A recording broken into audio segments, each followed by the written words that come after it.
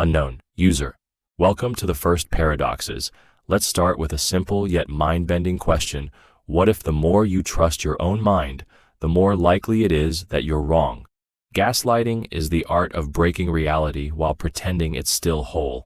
It's not just lying, it's lying in a way that makes you question whether the truth was ever real in the first place.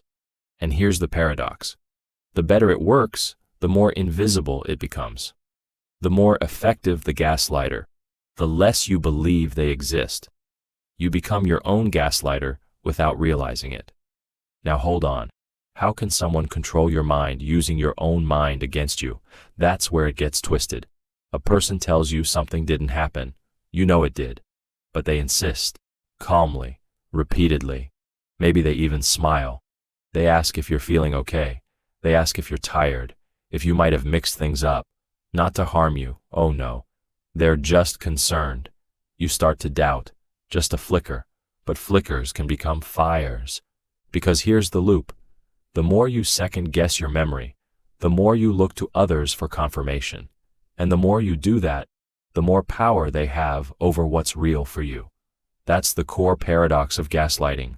The victim begins to doubt not only what's true, but the fact that truth can be known. You no longer argue with the gaslighter, you argue with yourself. The gaslighter can go silent. They've already infected your mind. Now look at this. Gaslighting only works when the victim is sane. If someone truly was irrational, unstable, or delusional, it wouldn't matter what the gaslighter said. But because the victim is clear-headed and logical, they keep trying to make sense of what's happening. They try to reconcile what they saw with what they're being told. In other words, the smarter you are, the more vulnerable you become. That's the paradox. Intelligence doesn't protect you. It helps destroy you faster, because your brain starts helping the gaslighter. A lie told once is just a lie, but a lie told again and again, paired with the right tone, a steady gaze, a little feigned concern, becomes something stranger. It becomes doubt. The paradox is that certainty gets weaker the more it's challenged, not by stronger evidence, but by calmer denial. Someone says, "That didn't happen." You say, "Yes, it did." They shake their head, gently. "Are you sure?" they ask. You say, "I remember it." They say, "You've been stressed lately, haven't you?" Now you're not defending a memory. You're defending your sanity. Truth is supposed to be strong, but gaslighting shows truth is fragile. You thought truth was hard like steel, but it's soft like smoke. It can be bent and reshaped by nothing more than confidence. That's what makes gaslighting work. It doesn't erase reality. It just asks you to doubt it. That's all it takes. And here's another paradox. The more someone gaslights you, the more you feel guilty. You feel like you're the one doing harm by insisting something happened. You start to apologize. You start to soften your words. You start to say, "Maybe I misunderstood," even though deep down, you didn't. You bend not because you're wrong, but because you're tired. That's the twist. Truth doesn't break with force. It breaks with exhaustion. It gets worse. If someone tells you something false, and you catch it, you feel strong. You say, "That's not true."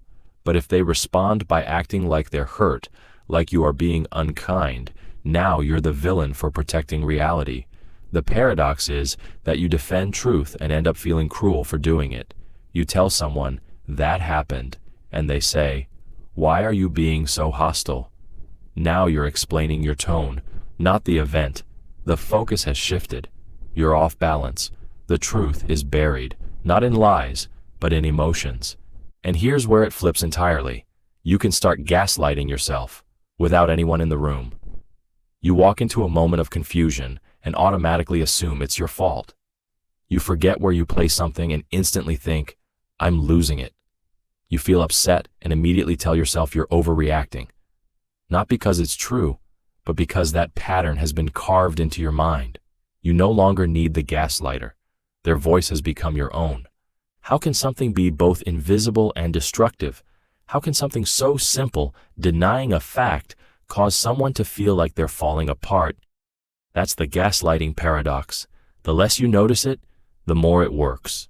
The more you resist it, the guiltier you feel. The more you fight it, the more you're blamed. Reality becomes something you can't touch, but are still punished for not understanding. Gaslighting doesn't work with force. It works with softness. Not screaming, but whispering. Not fists, but sighs. And that's what makes it harder to see. We expect deception to come dressed in malice. But gaslighting wears a calm face, a kind tone, a gentle shrug. It pretends to be your friend. It says it's helping you. That's the trick. That's why you let it in. And once it's in, you stop defending the truth. You start defending your mental stability. That's the cruelest part. The paradox is that you no longer care what happened. You just want to believe you're not broken. You abandon truth not because you don't believe in it, but because you're afraid believing in it will isolate you. You give it up to stay connected. You give it up to feel safe. But now think about this. What if they believe their lies too? What if the gaslighter isn't manipulating you consciously? What if they've gaslit themselves? What if their version of reality is so deeply twisted that when they deny the truth, they're not lying? They're confused? Now the paradox deepens. You might be gaslit by someone who's also a victim. The abuser doesn't know they're doing harm. They think they're right. They think you're the one who's slipping. So who do you believe? Them? Yourself? Neither? Gaslighting exposes the instability of truth, not because truth is weak, but because our connection to it is fragile. It shows us that memory isn't solid, that confidence isn't proof, that feeling sure is no guarantee of being right. And in that fragile space, all it takes is a little doubt to bring the whole structure down. It makes you wonder how much of what you know is only because no one has challenged it yet. And if they did, would you still believe it? Would you fight for it? Or would you fold? That's the real paradox. You might never know when you're being gaslit. You might never know when you're gaslighting yourself. And the scariest part is, if it's done right, you won't even think to ask. Welcome to the next paradox. This one is about being loved so much, it ends up not being love at all. Love bombing is when someone showers you with affection, attention, and praise, not to love you, but to own you. It feels like the beginning of a fairy tale, but it's the setup to a trap. And here's the paradox. The more someone gives you, the more they can take away. The more adored you feel, the more hollow you become. You think you're being lifted up, but your feet are slowly being taken off the ground. Until you're floating, weightless, dependent, and afraid to fall. It begins with intensity, messages, compliments, gifts, time, touch, promises. You feel chosen, special, seen. But the paradox is this: if love is real, it grows slowly. It takes time to understand, to connect, to trust. Love bombing skips all that. It feels fast, because it isn't love. It's strategy. You're overwhelmed, not because they know you, but because they don't need to. You're not the target because of who you are. You're the target because you're there. It sounds like care, but it's calculation. That's the twist. They say everything you want to hear, and because it feels good, you stop questioning it. Your walls come down fast. That's what they want. Not your heart, your surrender. The more they flood you with praise, the more your inner voice goes quiet. The more they affirm you, the less you trust your own thoughts. You begin to rely on their love to feel real. That's where the paradox cuts in. You're being given so much that you stop noticing you're losing yourself. You believe it's love because it looks like love. But real love respects space. This kind rushes in like a wave, not to wash over you, but to sweep you away. The paradox is that the more perfect it feels, the more dangerous it is. When someone mirrors your dreams, finishes your sentences, tells you you're their soulmate after 3 days, it doesn't mean they see you. It means they're trying to become everything to you. Fast, before you can think, before you can ask. And then, once you're hooked, they change. That's how the paradox unfolds. The one who praised you suddenly withdraws. The messages slow down. The warmth fades. The compliments stop. And now you panic. Not because you did something wrong, but because they trained you to need their attention to feel okay. You chase what they once gave freely. You bend to get it back. You try harder. not realizing this was the goal all along. That's the cruel part. You think you're in love, but really, you've been conditioned. Conditioned to crave their approval. Conditioned to fear their silence. Conditioned to feel that losing them means losing everything. And yet, you were never really loved. That's the paradox. You're emotionally addicted to something that never existed. You were lifted up just to fall harder. That's what makes it so confusing. Because you can't tell where the love ends and the control begins. You remember how amazing it felt, how they looked at you, what they said. So when things go cold, you blame yourself. You think, what did I do wrong? But you didn't do anything. You were just part of a pattern. Now here's the strangest part. They might not even know they're doing it. They might believe the rush of attention they gave you was real. They might think they did love you in the beginning. But love that only lasts until you start thinking for yourself isn't love. It's manipulation in disguise. The paradox is that both people might believe they're in something beautiful, while one of them is being emotionally dismantled. And it gets darker. The person who love-bombed you might use that first phase as proof. They'll say, but I gave you everything. I treated you like royalty. No one will ever love you like I did. And they're right, no one should. But you start to believe them. You start to think you'll never feel that way again. And that's true too, because that feeling wasn't real. That intensity wasn't sustainable. It wasn't built on truth. It was built to break you, and still, you miss it. That's the trap. The paradox is that even when you know it was a game, you long for the moments when it felt like magic. You don't miss the person. You miss how they made you feel. You chase the memory of an illusion, and that keeps you stuck, trying to revive something that only existed to pull you in. They may even punish you with silence, with distance, with disapproval, and it hurts more than it should. Not because you're weak, but because you were rewired to think their love equals your worth. That's the brutal logic. The love you were given wasn't a gift. It was bait. And yet, part of you still wonders, what if it was real? That's the deepest paradox of all. You doubt your instincts. You replay everything. You try to separate truth from performance. But love bombing mixes the two so well that even when you escape it, you carry the confusion. You hesitate to trust future love. You question whether love is ever real. And sometimes, you even blame yourself for falling for it. But that's the final paradox. The fact that you fell for it proves your heart was open, that you believed in goodness, that you wanted connection. The problem wasn't your love. It was how it was used against you. Love bombing isn't just about being fooled. It's about how something that feels like everything can become nothing. It's about how giving can be a form of taking, how flattery can be a weapon, how passion can be control-wearing perfume. And maybe the most painful truth is this: the person who love-bombed you doesn't need to be cruel. They just need to be empty, because people who are empty will fill you up quickly, not to share love, but to feel full themselves. And when they drain you dry, they move on, not because you're unworthy, but because they never stayed for you. They stayed for the high. So here you are, left with echoes of a love that was louder than life and quieter than truth. A love that shouted your name, only to disappear when you called it back. That's the paradox. A storm disguised as sunlight. A thief dressed as a giver. And a heart that still aches for something it never really had. Welcome to the next paradox. This one is about knowing too much and understanding nothing. Information is supposed to help us. The more you learn, the better you choose, right? But with information overload, the opposite happens.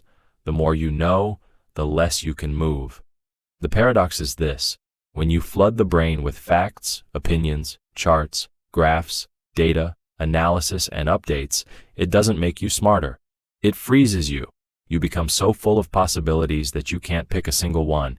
You think clarity comes from more knowledge, but overload turns clarity into chaos. You keep reading, scrolling, comparing, questioning, trying to make the best decision. But the best decision keeps vanishing the moment you think you've found it. You hesitate, you backtrack, you open another tab, and suddenly, you're not choosing anymore. You're just circling. Here's the twist. This paralysis doesn't come from ignorance. it comes from too much exposure. You don't suffer because you don't know enough. You suffer because you've seen every side. You've seen the pros, the cons, the counter-arguments, the rebuttals, the devil's advocate, the think pieces, and now, even the simplest choice feels like a trap. That's the paradox. You're so aware of every path that none of them feel right. It's like drowning in clean water. You're surrounded by exactly what you need, but you can't breathe. Every breath is another detail, another opinion, another layer. And instead of helping you rise, it drags you deeper. You think if you just read one more thing, everything will click. But it doesn't. The puzzle only grows. Even worse, some of the information conflicts. One article says this is healthy, another says it's dangerous. One says act now, another says wait. One says success comes from hustle, another says it comes from rest. And now you're not just overwhelmed, you're confused. The paradox is that with each new piece of information, your confidence drops. The more you learn, the less you believe in your own ability to decide. At some point, you forget what your original question even was. You went in looking for clarity and came out doubting your own judgment. You start to rely on experts, but they don't agree. So you move from source to source, hoping someone will just tell you what to do. Not because you're lazy, but because the burden of thinking has turned into noise. And it doesn't end. The world keeps feeding you more. New data, new trends, new research, new advice. Every second, information comes faster than your brain can process. And that's the paradox again. Knowledge has never been more available, and yet decision-making has never felt more impossible. You don't suffer from lack of access. You suffer from too much access. And now the very tool designed to free you has become the reason you're stuck. You try to simplify, but even the act of simplifying needs information. You search how to simplify information. Now you're back in the loop. Even minimalism has guides, methods, contradictions. Even stepping back requires research. There's no escape hatch. There's only deeper tunnels that all look like exits. And then something strange happens. You stop making decisions, not just big ones, small ones too. What to wear, what to eat, what to read. You start to feel numb, not because you're tired, but because your brain is tired of choosing. That's the side effect. Not chaos, not confusion, but apathy. You begin to feel like no choice matters, because each one is buried under a mountain of possibilities. The paradox is that the more options you have, the less they mean. This doesn't only apply to news or science or health, it applies to life itself. Careers, relationships, hobbies, every direction is filled with too many opinions. You want to start something new? There are 15 conflicting views on how to begin. You want to change something about yourself? Everyone has a method, and most of them contradict each other. You want to do the right thing, but there are thousands of versions of right. And each voice says theirs is the only one that works. You start to wonder if certainty even exists anymore, or if it ever did. Maybe the real problem isn't the overload. Maybe it's the belief that somewhere out there is the perfect answer, if you just keep digging. That belief keeps you frozen. It convinces you that deciding now is dangerous, that waiting will give you clarity. But it never comes, because the flow of information never ends. And the longer you wait, the heavier it all becomes. Here's another twist. You can become addicted to it, to the search, to the updates, to the thrill of discovering new angles. It feels like progress, but it's motion without movement. The paradox is that researching makes you feel productive, even when you're doing nothing.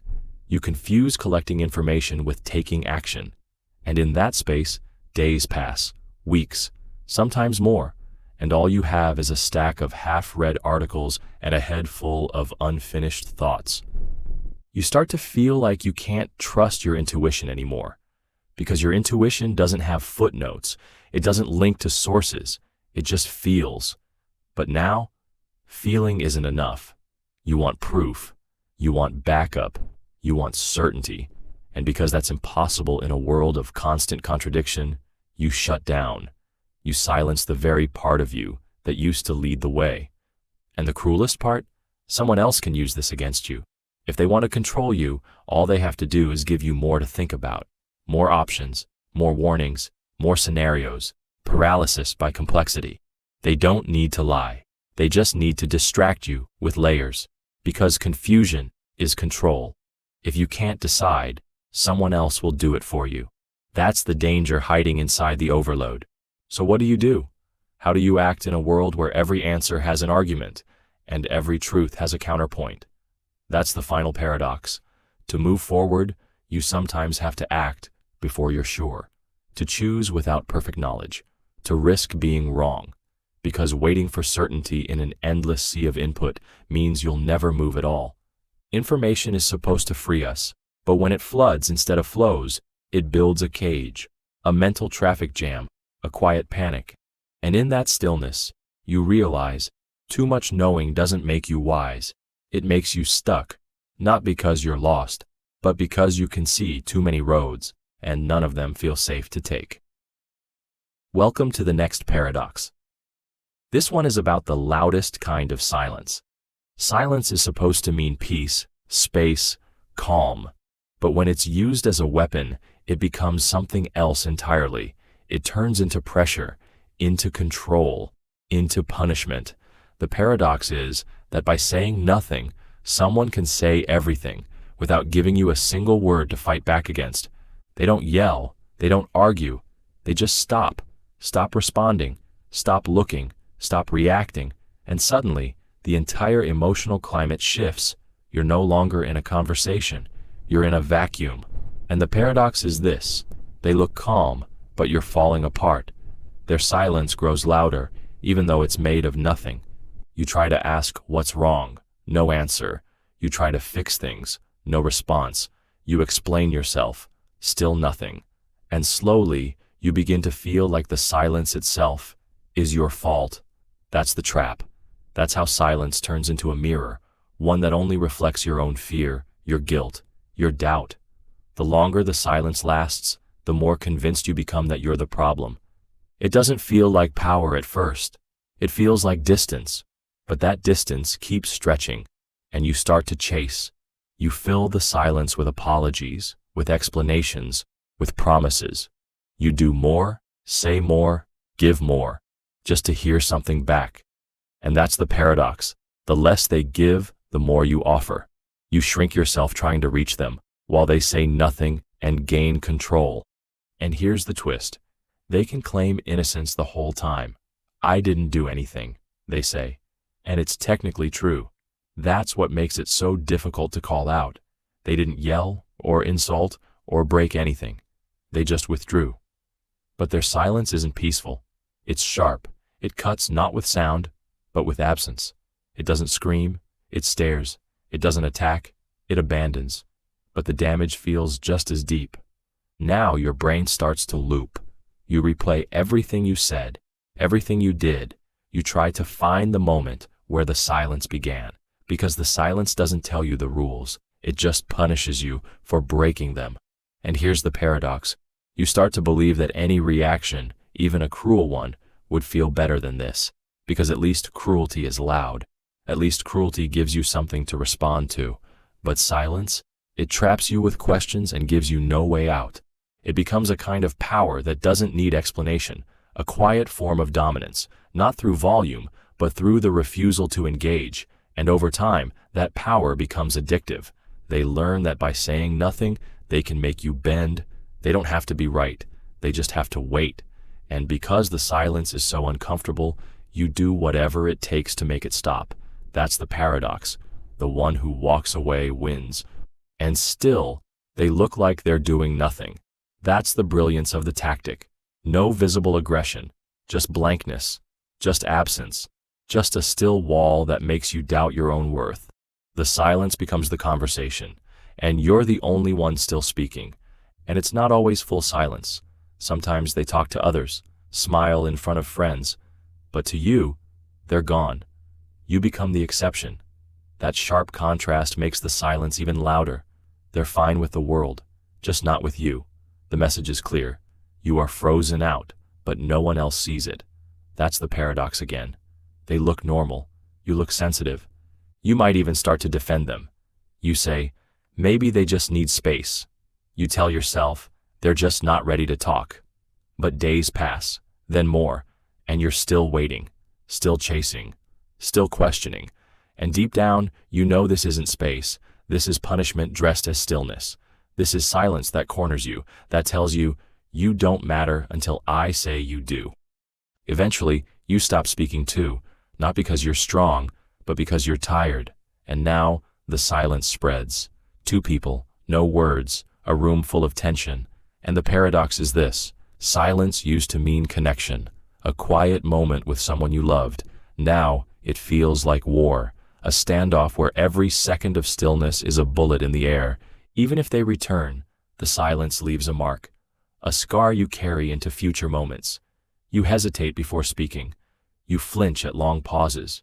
You feel like at any moment, the silence could return and take everything with it. That's how silence becomes memory. You start to hear echoes of it even when they're talking. And here's the most twisted part: the silence can feel more damaging than a fight, because at least a fight has energy, emotion, presence. But silence feels like erasure, like you've been muted, not just ignored.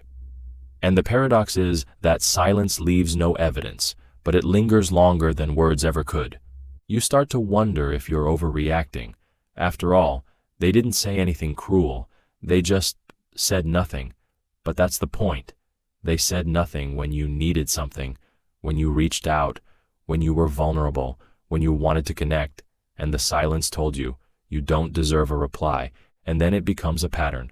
Every time something gets hard, they go silent. They disappear emotionally. They punish with absence. And you adjust. You tiptoe. You avoid conflict. Not because it's solved, but because silence is worse than fighting. You learn to protect their comfort at the cost of your own peace. That's the paradox. You begin to silence yourself just to avoid their silence. This is how control is passed without force. How emotions are shaped by nothing but stillness. How someone can hurt you deeply while never raising their voice. And how silence, which should be a shared breath, becomes a quiet chokehold. So here you are, speaking into silence, hoping for sound, doubting your feelings, apologizing for needs, and all because the quiet became louder than truth. That's the paradox of silence used as a weapon. It doesn't leave bruises, but it breaks something deeper. It doesn't scream, but it shouts through every second of nothing. And somehow, even without a word, it always gets the last say. Welcome to the next paradox. This one is about how someone can control you without even looking at you, by looking at someone else. Triangulation is the strange act of bringing in a third person, not to include, but to divide, not to build connection, but to twist it. It creates a triangle where there should be a straight line. And the paradox is this: the third person doesn't even have to be real to have power over you. They just have to exist in your mind. You could be close to someone, you think there's trust, but then they bring up someone else, a friend, an example, a stranger, or even an imagined figure. They talk about how funny that person is, how helpful, how attractive, how understanding. And you feel a shift, a quiet threat hiding in a compliment. Suddenly, you're not just with them. You're in a competition you didn't sign up for. They don't say anything cruel. In fact, it sounds innocent, maybe even flattering. You're great, but Sarah just gets me. You're fun, but John's always so chill. They keep you off balance, wondering if you're enough. The paradox is that by bringing someone else into the story, they make you feel like the one being unreasonable. Now you feel the pressure. You try harder. You change how you talk, how you dress, how you act. Not because they asked, but because they didn't. That's the twist. They don't have to demand anything. The shadow of the third person does all the work. It creates tension without a word of conflict. You compete, but no one told you the rules. And the third person might not even be aware they're being used. That's another layer. This is not a triangle of people. It's a triangle of control. You feel compared, measured, not by merit, but by manipulation. You're not building trust. You're fighting for approval. That's the paradox. Instead of bringing people together, this triangle isolates you. It's subtle. You feel jealous, but also ashamed of feeling jealous. You feel insecure, but you hide it to seem strong. The more you care, the worse it gets. You think if you can just prove yourself, they'll stop bringing up the other person, but they don't. Because triangulation isn't about the third person, it's about your reaction. And once they see it working, they keep going. They don't need to insult you. They don't need to argue. They just place the third party in the room and let your thoughts do the damage. You create the tension in your own head. That's the cruel twist. You end up hurting yourself with doubts they only had to suggest.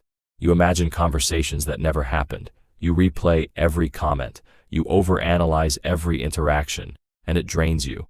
Even if they say they love you, the triangle stays, because now love feels like something you have to earn, something you might lose to someone else. So you become smaller, more agreeable, less yourself. You try to be everything they want because you're afraid someone else already is. That's the paradox. Instead of building a deeper bond, you're busy performing for it. And if you ever confront them, they act surprised. I was just talking about a friend. You're overthinking it. Why are you so insecure? They flip the blame. Now you're not just hurt, you're guilty for being hurt. And they look innocent, even while they control the entire emotional field. It doesn't always look dramatic. Sometimes it's as small as a comment, a glance, a social media post. They don't need to say, you should be jealous. They just need you to feel it. The third person becomes a tool, a pressure point, and you can't escape it because even walking away means wondering if they'll just move on to the other person. That's the final twist. You feel stuck, even when staying hurts. This tactic doesn't just create jealousy, it creates dependency. You start to measure your worth by how close they are to you and how far they are from that third person. You stop asking, is this love? And start asking, am I winning? And even when you win, it never feels like enough, because the triangle isn't designed to end. It's designed to keep you trying. The third person can be anyone, an old flame, a best friend, a coworker, a fictional threat. Sometimes it's not even someone better, it's someone different. That difference becomes a source of pressure. And now you're not just insecure, you're confused about who you're supposed to be. The paradox is that while they say they want you, they keep shaping you into someone else. You begin to resent the third person, even if they've done nothing wrong. That's how the manipulation spreads. It pulls you away from others. It makes you suspicious, guarded, anxious, not just with them, but with yourself. You start to question your reactions, your instincts, your voice. The triangle isolates you emotionally until they are the only person who can relieve the tension they created. You think if you leave, the spell will break. But even after it ends, the feeling can linger. You may still compare yourself to others. You may still fear being replaced. You may still look over your shoulder, wondering who the next better version of you will be. That's the echo of triangulation. It lives on even after the triangle is gone. And here's the strangest part. They may not even be fully aware of what they're doing. Some people use triangulation without realizing it. It's a learned behavior, a way to control without looking controlling, a way to win attention, devotion, power, without ever asking directly. And because it works, they keep doing it. That's the paradox. A person can harm you through games they don't admit they're playing. But sometimes they do know, and they enjoy it. They like watching you compete. They like seeing you react, because in that moment, they feel important, chosen, powerful. They sit at the top of the triangle, being admired by both sides. And they never have to pick. They just shift their attention, and both sides scramble for their turn. That's the true power of triangulation. It lets someone control without committing. So here you are, trying to understand what changed, why your peace now feels like pressure, why love feels like a race, and why you're losing sleep over a person who might not even matter. The triangle isn't real, but the pain it causes is. That's the paradox. A third party can break your heart without ever entering the room. Welcome to the next paradox. This one is about chasing a finish line that never stays in place. Moving the goalposts is the trick of shifting what counts as enough You do what's asked, you meet the standard, but just when you think you've made it, the rules change, the bar is raised, the praise disappears, and suddenly what was once considered success is now seen as the bare minimum. The paradox is simple. The better you do, the more proof they have that you could have done more. It starts subtly, a compliment followed by a "but," a nod followed by a shrug, a new demand right after you meet the last one. You think you're getting closer, but the target always drifts. And here's where it gets strange.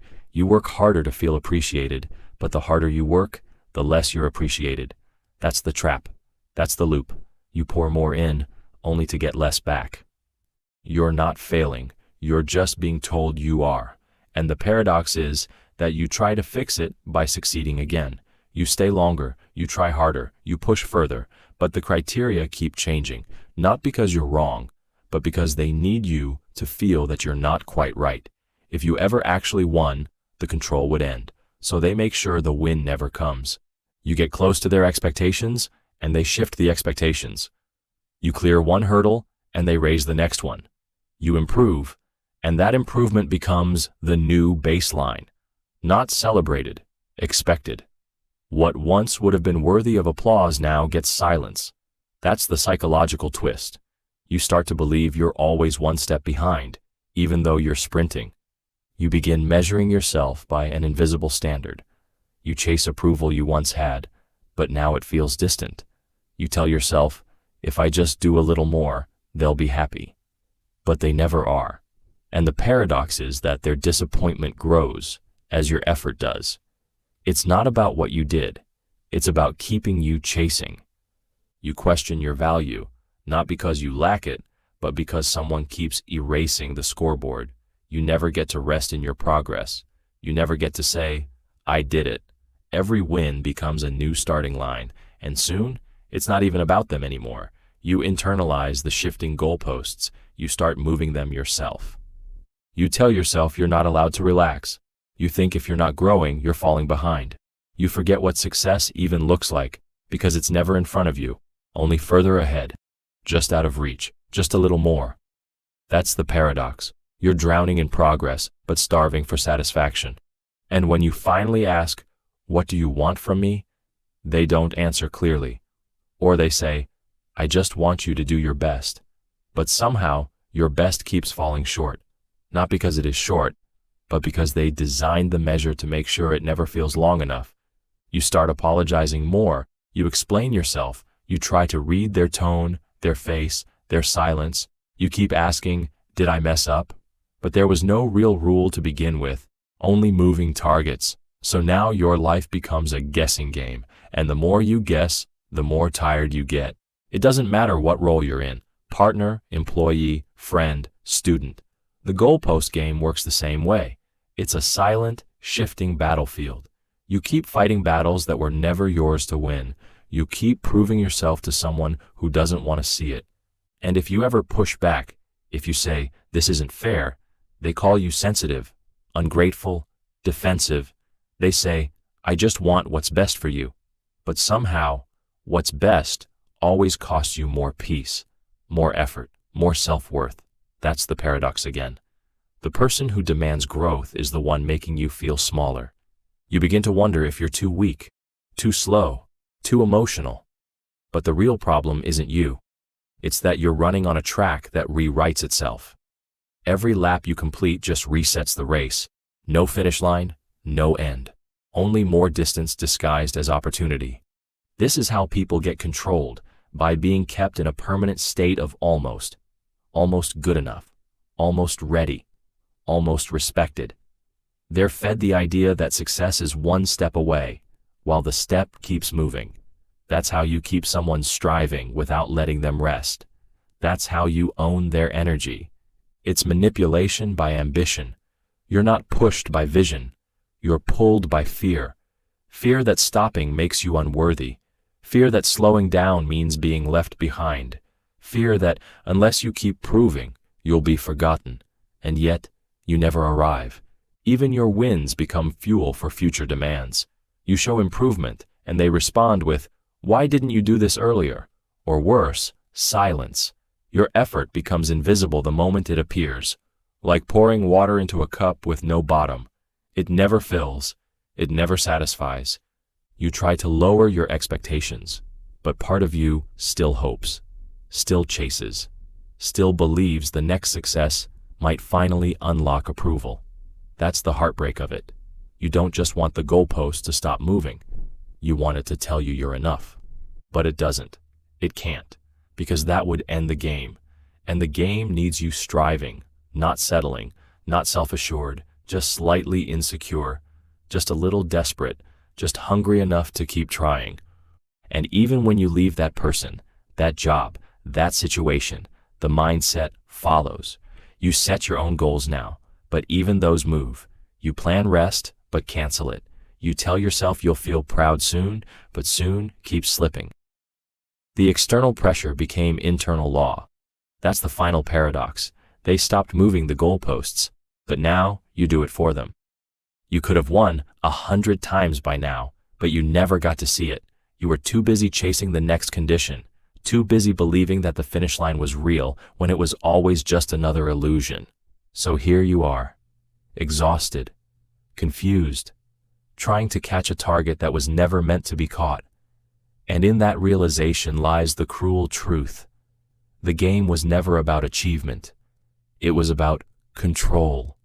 And you played it beautifully, until you saw that the scoreboard never mattered. Welcome to the next paradox. This one is about blaming someone for your fire while you're still holding the match.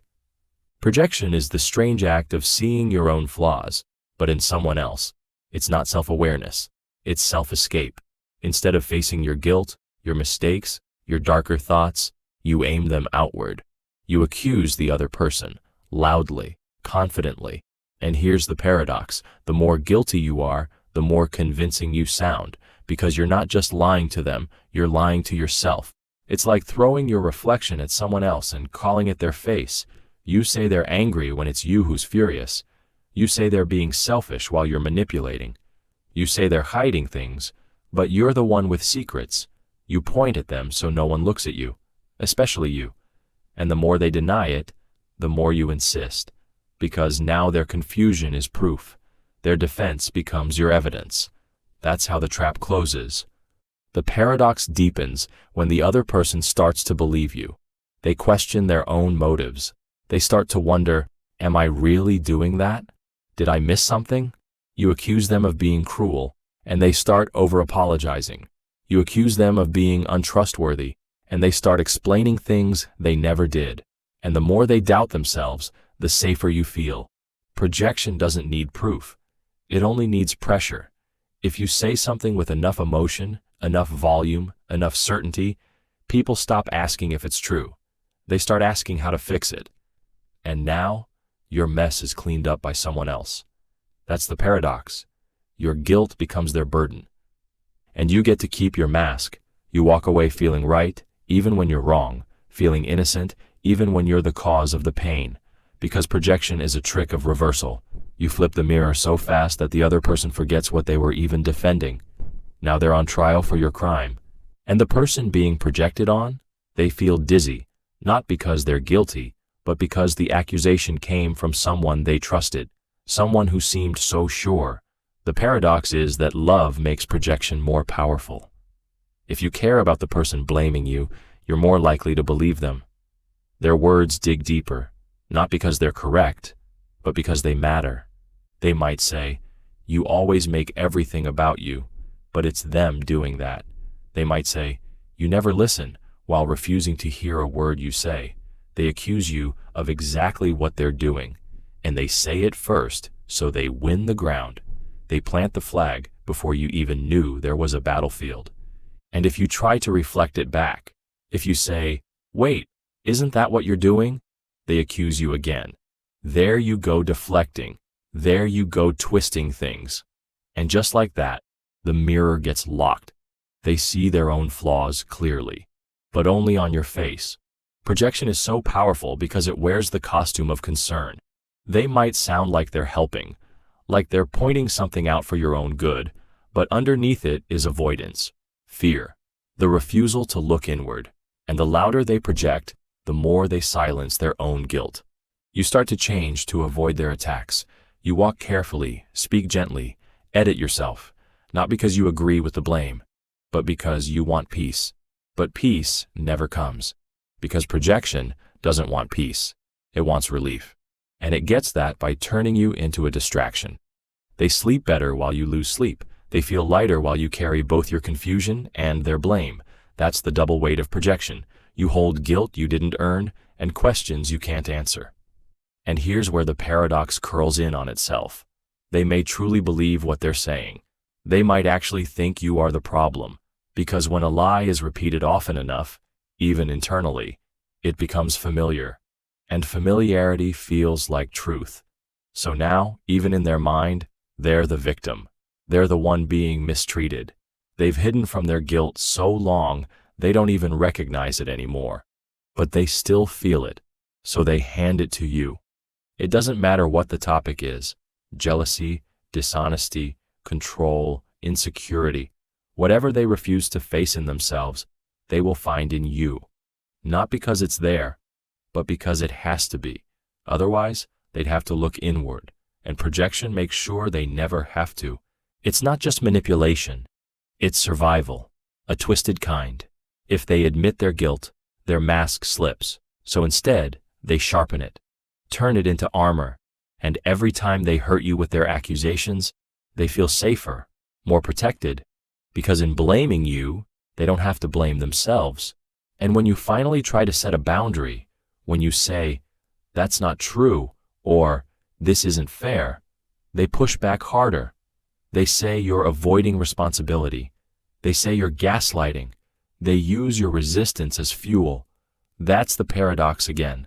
The more you defend your truth, the more they twist it. They'll call you the liar while hiding behind half-truths. They'll say you're being dramatic while raising their voice. They'll accuse you of manipulation while carefully controlling the conversation. Everything they say about you is a clue to what they're hiding from. And if you start to see it clearly, if you start to untangle the knots, you face a new kind of pain. Because now you realize the connection wasn't real, not fully. It was a mirror game, a shadow play. And the person you thought was seeing you was only using you as a screen to project onto. You didn't fail them. You were just a surface, a place for them to throw the parts of themselves they couldn't handle. And you held it, hoping love would clean it up. But love can't fix projection. Only truth can. And truth is the one thing projection always runs from. So here you are, tired from carrying a guilt that isn't yours, weary from defending against a war you never started, and the person who caused it all still feels blameless. That's the paradox of projection. They break you, then blame you for bleeding. They punish you, then accuse you of being cold. And somehow, you're the one still trying to make sense of it all. Welcome to the next paradox. This one is about offering a gift just to watch someone suffer without it. Bait and retreat is the trick of giving something beautiful, then taking it away, not to punish, but to control. It starts sweet, a promise, a compliment, a future, something that lights you up inside. It feels like luck, like finally, something good. You say yes, you lean in, you get attached, and then, just when you care the most, it vanishes, quietly, strategically.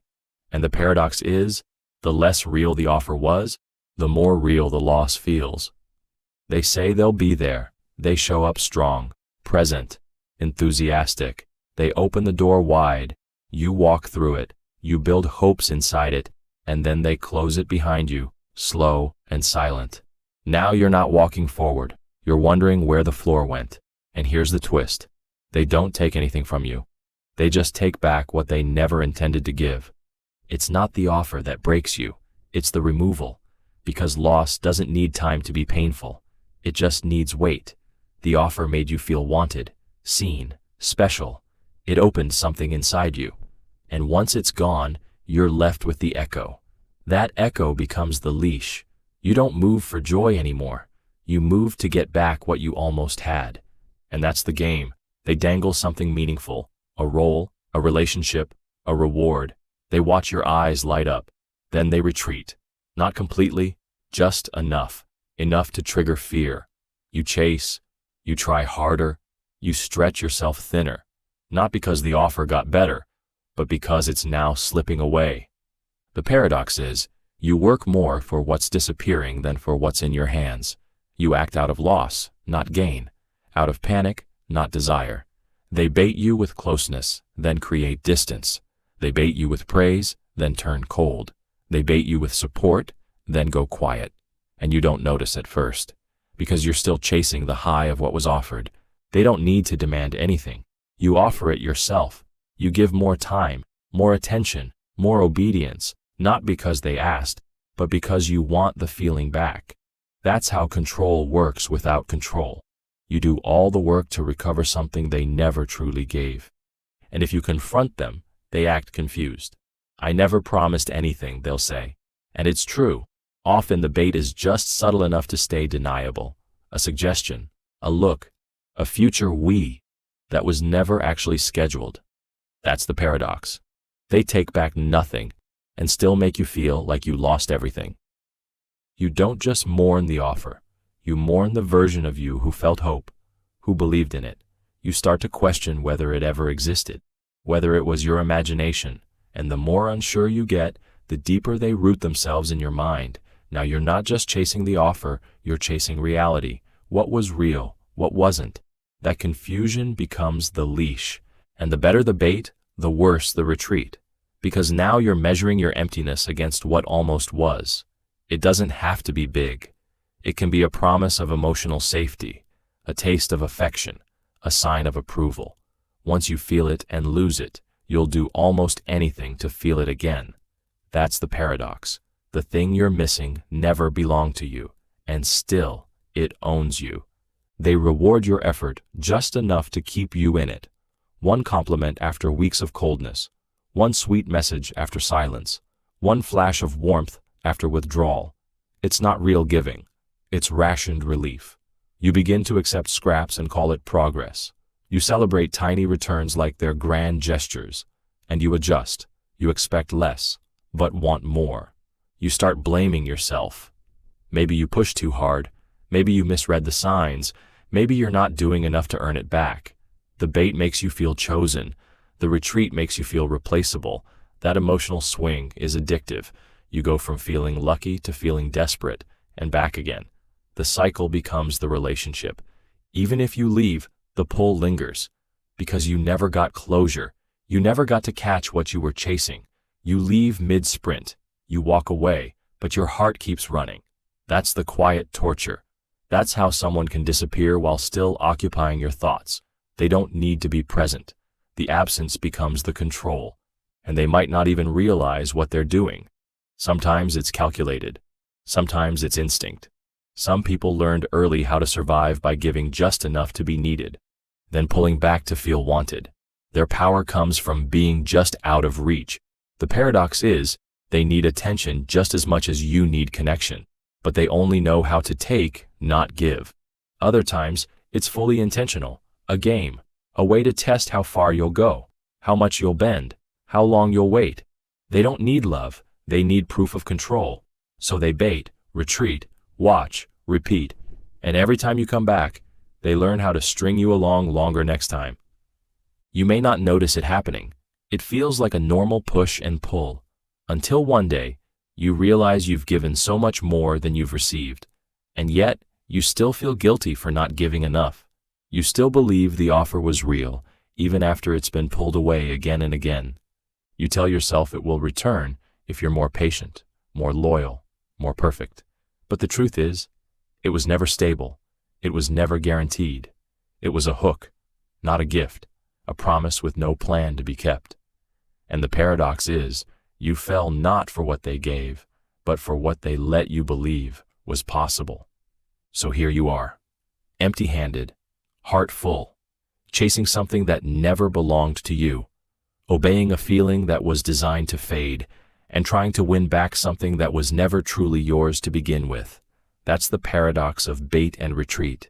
What you miss most is something that never stayed long enough to be real, and somehow that makes it feel even more valuable. Welcome to the next paradox. This one is about being loved just enough to never feel loved at all. Intermittent reinforcement is the strange art of rewarding someone inconsistently, just enough to keep them hooked, but never enough to set them free. One day, warmth, the next, cold. One moment, attention, then silence. You don't know when the affection will come, but when it does, it feels like gold. And the paradox is, the less you receive, the more obsessed you become. It doesn't start with chaos. It starts with sweetness, a burst of kindness, a flood of affection. You feel seen, cared for, special. It feels like love, safety, connection. And just when you settle into it, when you start to trust it, it disappears. No warning, no reason. And now you're confused. Not because it vanished, but because it once existed. That's the hook. You wait, you wonder, you replay everything. What did you do wrong? Why did it change? And then, just as the doubt starts to sink in, the kindness returns.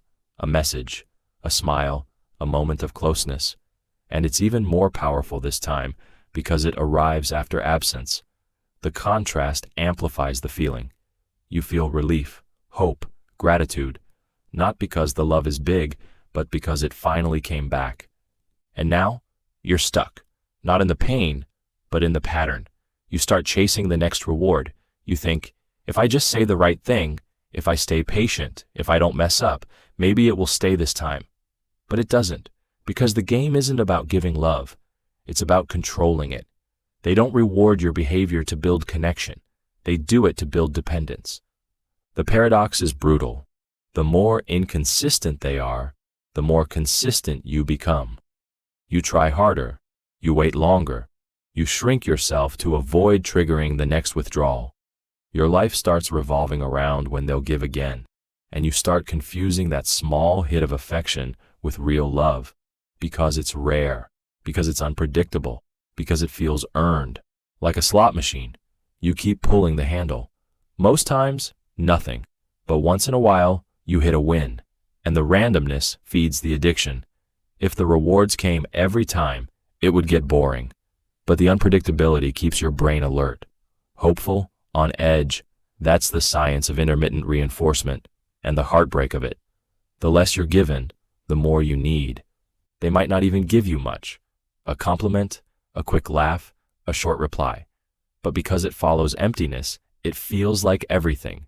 Your emotions start swinging wildly, high from the reward, low from the silence.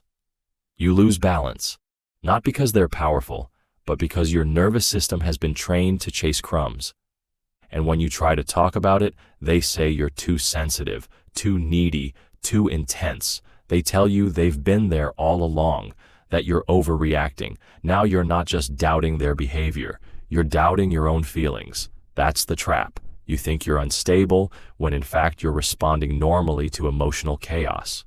This kind of reinforcement makes you second-guess every move. You read their tone like a code. You study their messages like puzzles. You become hyper-aware, over-invested, emotionally exhausted. Not because you're weak, but because your brain has been wired to survive the pattern, to anticipate the next reward, even when it never comes. And the strange thing is, when they do give affection, it feels stronger than it should, not because the love is deep, but because the absence made you starve. Now every small moment feels like rescue, like healing, like salvation, but it's none of those things. It's bait, disguised as grace. You begin making excuses for them. They're just busy. They're not good at texting. They show love in different ways. But deep down, you feel the gaps, the dips, the uncertainty. You tell yourself to stay calm, to wait longer, to hope harder.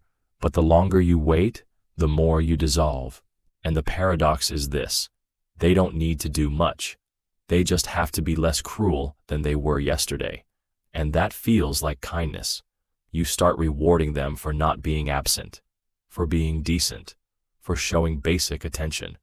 You lower your standards until the floor disappears. And still, you call it love. Even when you leave, the cycle haunts you. You wait for messages that don't come. You replay the highs. You wonder if they'll reach out, if maybe this time they'll be different. But the silence that used to hurt now feels normal. Your nervous system has adjusted to pain. It expects the pattern. and even after freedom, you feel the ghost of it. This kind of control doesn't look loud, it doesn't always look abusive, it looks like inconsistency, like confusion, like passion that flickers on and off. But the effect is deep. You lose time, energy, identity. You mold yourself into someone who is easier to reward, and you forget who you were before the pattern started. And here's the harsh truth. They may not even notice what they're doing, or they might know exactly. Some people learned early that withholding makes others cling. That inconsistency creates obsession. They don't need to manipulate directly. They just stay unpredictable, and you do the rest. That's the darkest part. The longer it lasts, the more you train yourself to stay. And you're not addicted to them. You're addicted to the relief they sometimes give. To the moment the silence breaks, to the dopamine spike after the drought, and you tell yourself, maybe this time will be different. Maybe they'll change. But the very structure is designed not to change, because change would end the power.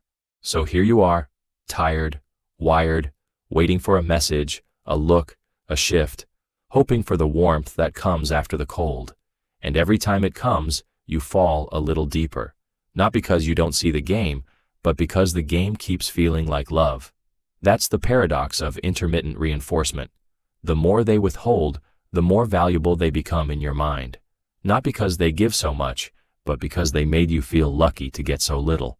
Welcome to the next paradox. This one is about giving someone everything, so they can't survive without you. Forced dependency isn't about support. It's about control dressed as care. It looks like help, but it's a trap. You take away someone's power slowly, then offer to carry them. You remove their legs, then become their crutch. And the paradox is this: the more you help them, the more helpless they become. It doesn't start with chains, it starts with comfort. Let me handle that. You don't need to worry. I'll take care of it. It feels like love, like security, like safety. You relax, you lean in, you let go, and while your hands are open, they quietly remove what was yours, your choices, your tools, your voice, and when you finally try to stand alone again, you realize your legs are gone. The paradox is that dependency feels like being cared for until you need to care for yourself. Then it becomes a cage, a soft one made of routines, patterns, habits. You forget when you last made a decision without asking first. You stop trusting your own judgment, and when you do speak up, it sounds like a whisper, even to you. They may not shout, they may not control with force, they control with need. You need them to drive. You need them to decide. You need them to guide. You stop asking whether it's right and start asking whether they'll be okay with it. Your compass shifts, and now their comfort is your purpose. They keep you close by keeping you small, and they call it love. They say, I just want what's best for you. I worry about you. You're not ready. And it sounds sweet, until you realize those words are bricks. And together, they build a wall around your life. And if you try to step outside that wall, they panic. They guilt you. They act hurt. Or they remind you of all they've done. After everything I've given you, you wouldn't even be here without me. That's the moment you realize the help wasn't a gift. It was a debt you never agreed to owe. The more you lean on them, the less you're allowed to grow. Every time you try, they pull you back, not with anger, but with doubt. Are you sure? What if it doesn't work out? You always need me when things go wrong. They plant fear where you once had courage. That's how control grows quietly, through concern. And the paradox deepens when you start doubting yourself. You think, maybe they're right. Maybe I'm not ready. Maybe I do need them. You lose your voice and call it humility. You lose your strength and call it trust. You give them power and call it love. But none of it is real, unless you're free to walk away. They may even encourage your independence, just enough to keep the illusion alive. Go do it, they say, but let me help. Try it, they say, but call me first. It feels like support, but it's a leash, a long one. You can walk, but not far. The moment you pull too hard, it snaps back. And when things go wrong, and they will, they're right there. See, this is why I take care of things. Next time, Just let me handle it. They become your rescuer and your captor at the same time. That's the paradox. The person who saves you is also the reason you keep drowning. They might not even know they're doing it. Some people mistake control for love. They believe if someone needs them, they're important, so they keep making themselves necessary. They give help that creates weakness. They offer support that takes away skill. And all the while, they feel proud, needed, essential, not realizing they've erased the very person they claim to love. But sometimes, they know exactly what they're doing. They don't want a partner. They want a dependent, someone who won't leave, someone who can't. So they strip away freedom piece by piece. Not fast, not loud, but steady, predictable. They call it structure, but it's a quiet kind of prison. They keep you close by keeping you uncertain. They do the talking, the deciding, the fixing. You do the thanking, the nodding, the waiting. You forget how to function without checking in first. You stop trusting your own instincts.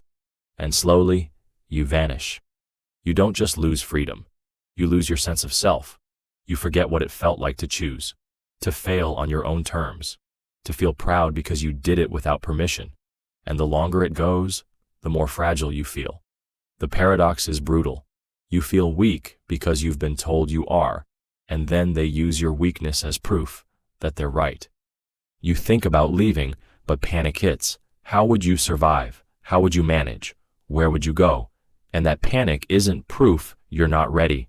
It's proof they trained you not to be. The moment you try to leave is the moment you see how much they took. Even if they say, you're free to go, they know you won't. Because now the cage is in your mind. You don't need locked doors when you've convinced someone they can't walk. That's the cruelest paradox of all. You believe the chains are your own fault, but they're not. You didn't ask to be rescued from your own strength. You didn't ask for help that left you powerless. You didn't ask for love that kept you small. You asked to be seen, supported, believed in. What you got was something else. Something that looked like care, but felt like suffocation. So here you are, wrapped in comfort that became control, grateful for help that made you helpless, tied to someone who says they love you, but only when you stay beneath them. And now you wonder, how do you break free from someone who says they're just trying to protect you? That's the paradox of forced dependency. You're given everything you need, except the right to need yourself. Welcome to the next paradox. This one is about changing the truth without changing the facts. Reframing is not about what happened. It's about how it's told. It's the art of bending perception without touching reality. You shift the angle, twist the tone, smooth the edges. You paint over moments with softer colors. And the paradox is, you can lie without ever saying anything false. It begins small. I didn't yell. I raised my voice because I care. I wasn't ignoring you. I was giving you space. It wasn't manipulation. It was just passion.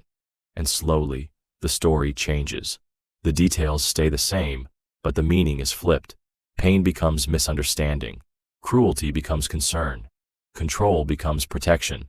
And the more it's reframed, the more confused you feel. Because your memory starts to clash with their version. You remember how it felt, the tension, the silence, the sting. But when they describe it, it sounds different. Softer, reasonable, calm. And here's the paradox. The more they explain, the more you start to doubt your own experience.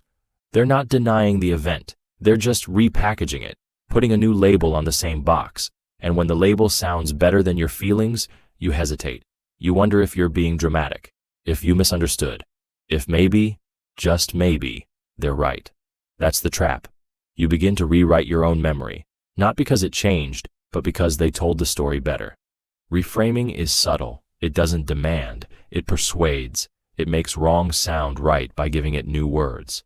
It makes harm feel harmless by shifting the focus. Instead of asking, "What did I do?" they ask, "Why are you taking it that way?" The burden moves from the action to your reaction. That's how reframing avoids blame, by redefining the meaning of pain. And if you push back, they stay calm. You're not seeing the full picture. It's not black and white.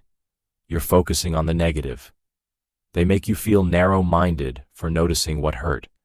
They sound wise while you sound emotional. They sound objective while you feel unstable. But nothing changed, except the frame.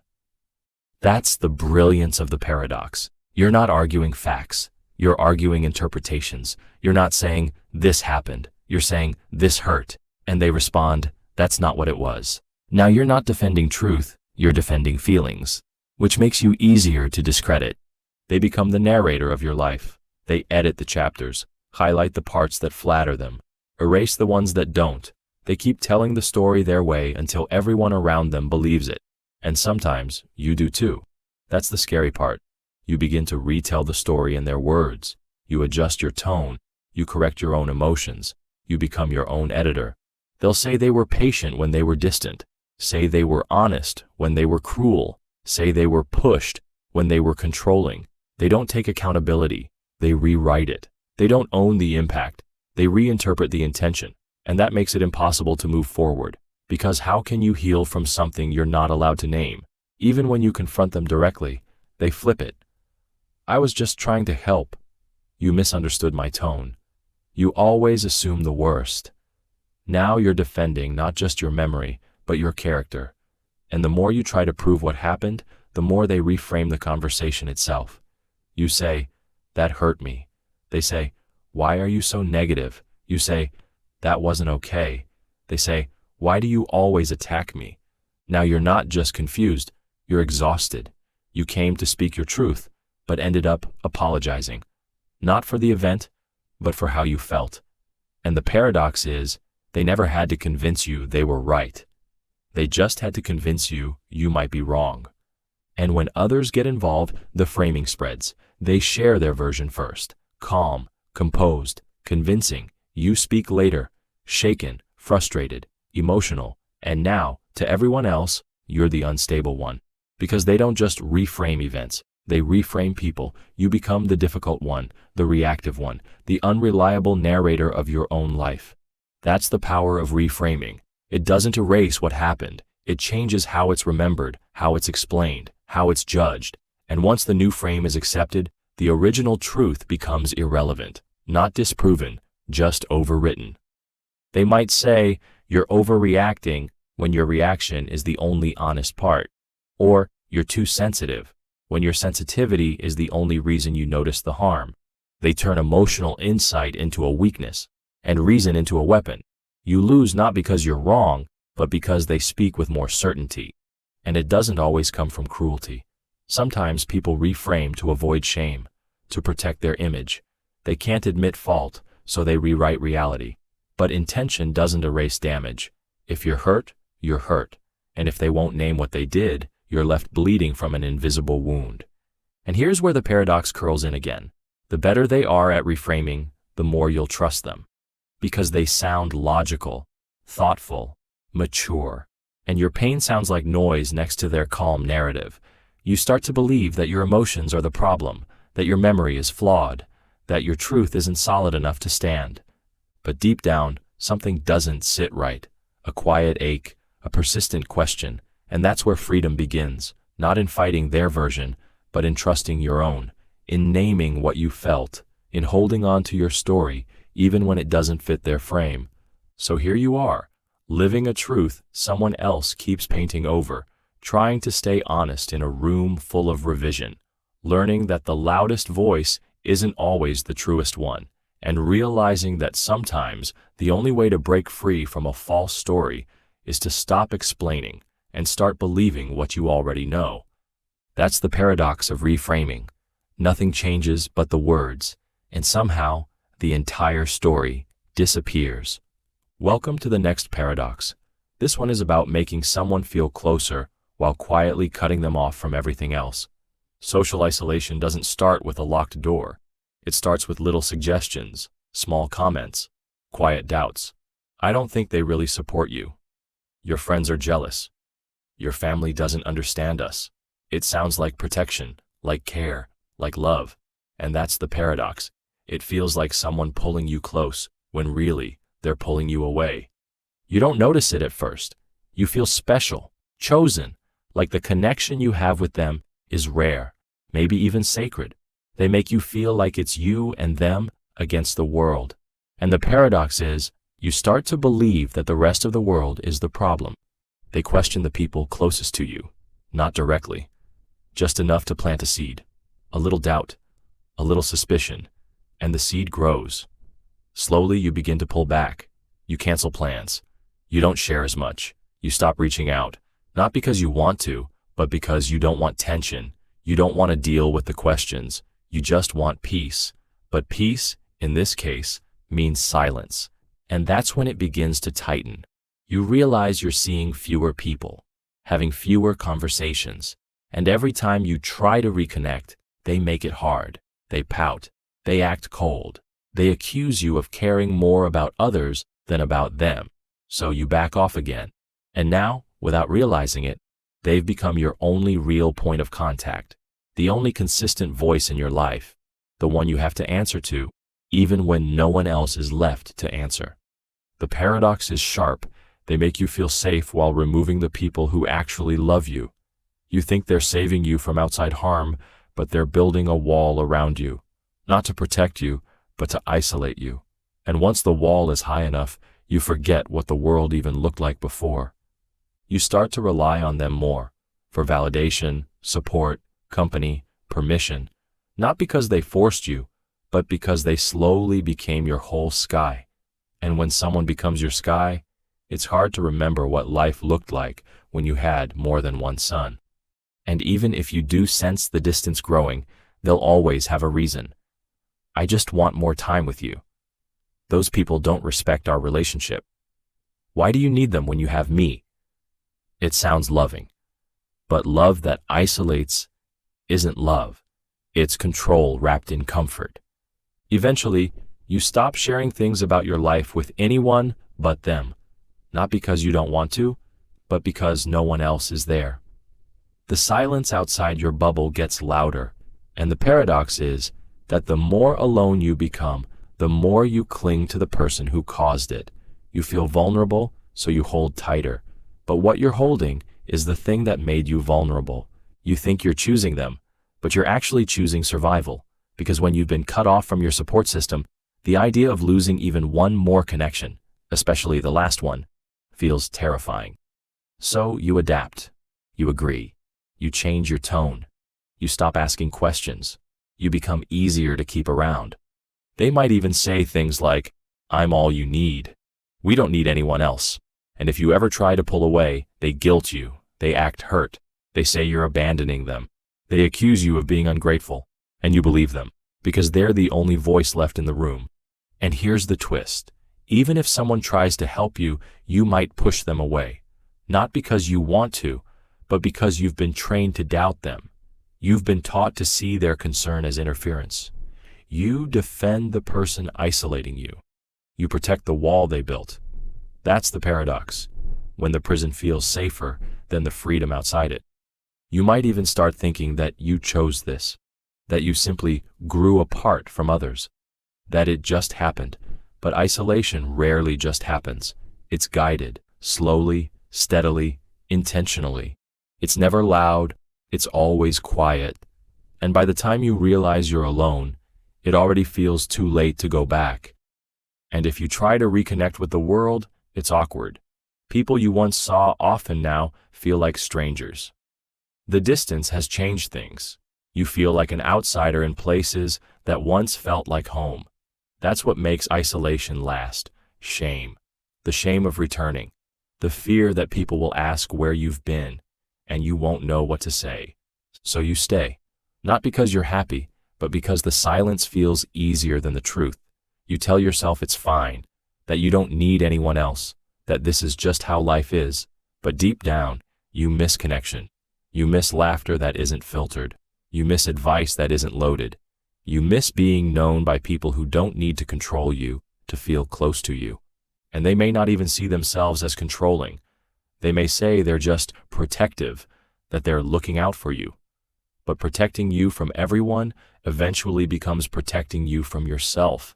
And love that doesn't trust you to think, to feel, to choose, stops being love. It becomes ownership. And here's the strangest part. The more isolated you are, the harder it is to recognize what's happening. Your thoughts start to sound like theirs. Your doubts come in their voice. Your reality becomes theirs. You don't even need them in the room. Their rules live in your head. And even if they leave you one day, the walls often stay. You've been cut off for so long, you don't know how to reach out, how to reconnect. You fear judgment. You forget what support felt like. And the paradox is, even after they're gone, their absence keeps you isolated. So here you are, surrounded by quiet, cut off, but told you're loved, confused, but told you're cared for, and the only voice still close enough to hear keeps telling you they're all you need. That's the paradox of social isolation. They make the world disappear, then call themselves your world. Welcome to the next paradox. This one is about keeping someone safe by making them feel constantly in danger. Fear implantation doesn't come with alarms or warnings. It arrives gently, through suggestion, through concern, through a soft tone that hides a sharp edge. Be careful who you trust. You never know what people are really thinking. It's a dangerous world out there. It sounds like protection, but it's not meant to help. It's meant to unsettle. And the paradox is that you begin to feel watched, even when no one is looking. It starts with a story, something bad that happened to someone else, something vague but haunting. You hear it, you file it away, and the next time you feel doubt, that story comes back. Suddenly, you see shadows where there are none. You hear warning bells in silence. You become alert, careful, paralyzed, and the one who told you the story, they're the only person who feels safe. That's how fear takes root, not in panic, but in quiet. It's not loud enough to scream over your logic. It's just steady enough to live beneath it. You start checking twice, hesitating, holding back, and every time you question it, they confirm it with care. I'm just looking out for you. You're lucky I told you. Imagine what could have happened. They act like a shield, but they're the ones holding the sword. The paradox is cruel. The more anxious you feel, the more you trust the person who caused it, because they offer relief, comfort, answers, but they're solving a problem they created. They ignite the fire, then offer you a glass of water. And you thank them for it, because you forgot they lit the match. Fear isn't always loud. Sometimes it shows up as hesitation, doubt, gut feelings that aren't really yours. You start thinking the worst, not because it's true, but because the idea was planted, not forced, implanted, like a seed in soft ground. It grows slowly. It doesn't shout. It whispers, what if? What if they leave? What if they lie? What if this fails? And every time you try to ignore it, they water the fear. A comment, a look, a memory, just enough to keep you uncertain. That's how control is built through fear, not by making you scared of them, but by making you scared of everything else. And the more you fear, the smaller your world becomes. You stop taking risks, you stop reaching out, you stop trusting yourself, and they're always there, nodding. Good choice. See, you're learning. You think they're teaching you wisdom, but really, they're teaching you to obey. And here's the paradox again. The fears don't even have to be real. They just have to feel possible. They don't need proof, just presence. A quiet suggestion can be more powerful than a loud demand. You obey not because someone told you to, but because your own thoughts have been reshaped to serve their purpose. They don't say, don't go out. They say, I heard someone got followed last night. They don't say, don't trust them. They say, just be careful. People can be tricky. And now, every step you take feels loaded. Every action feels like a risk, and standing still starts to feel like safety. But that safety is an illusion. You're not avoiding real danger. You're avoiding imagined threats that keep you frozen. The person who implanted them calls it awareness. They act like they've opened your eyes, but what they've really done is blur your vision. They've swapped confidence for caution, voice for silence, movement for stillness. You stop questioning the source. You stop wondering why you feel this way. And that's how fear implantation works best.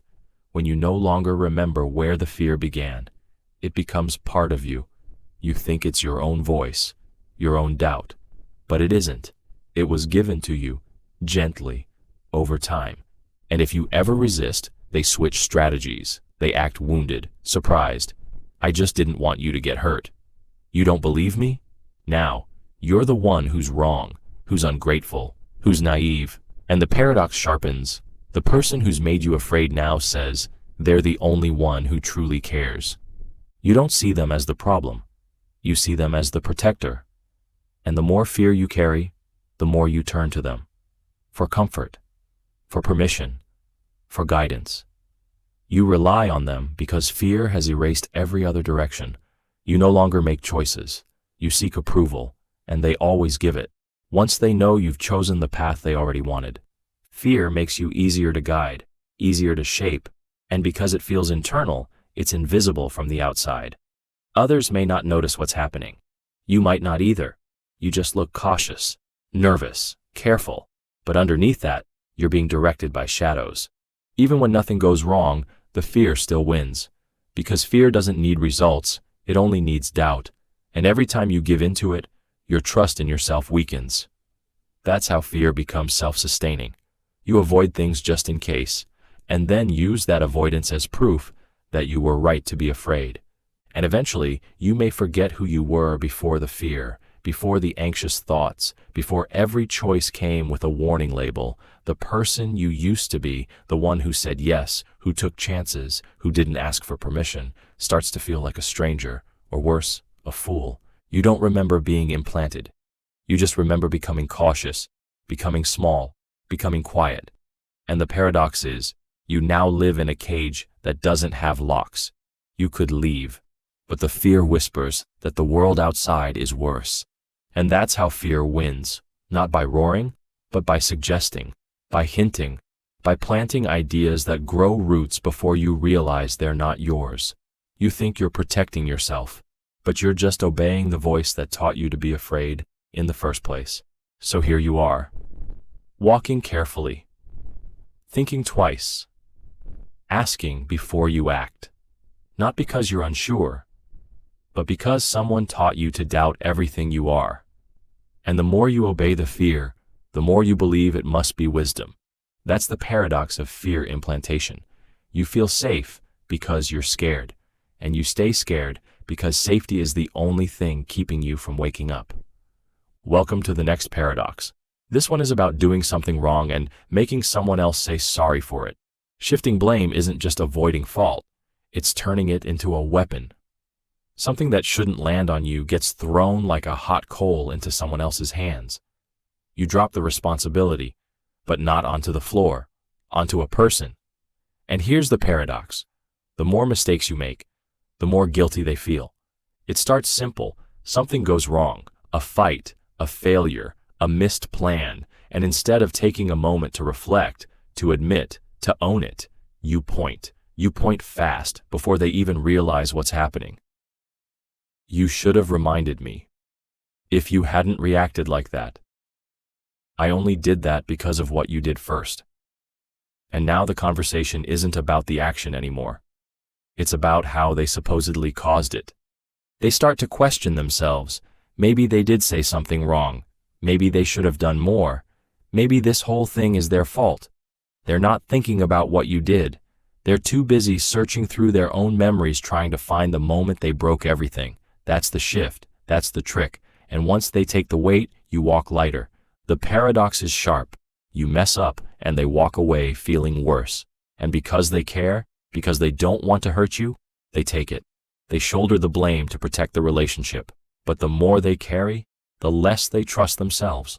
And the less they trust themselves, the easier they are to control. You don't have to raise your voice. You just have to raise doubt. Doubt in their memory, doubt in their behavior, doubt in their heart. You're always so sensitive. You're overreacting. Why do you make such a big deal out of everything?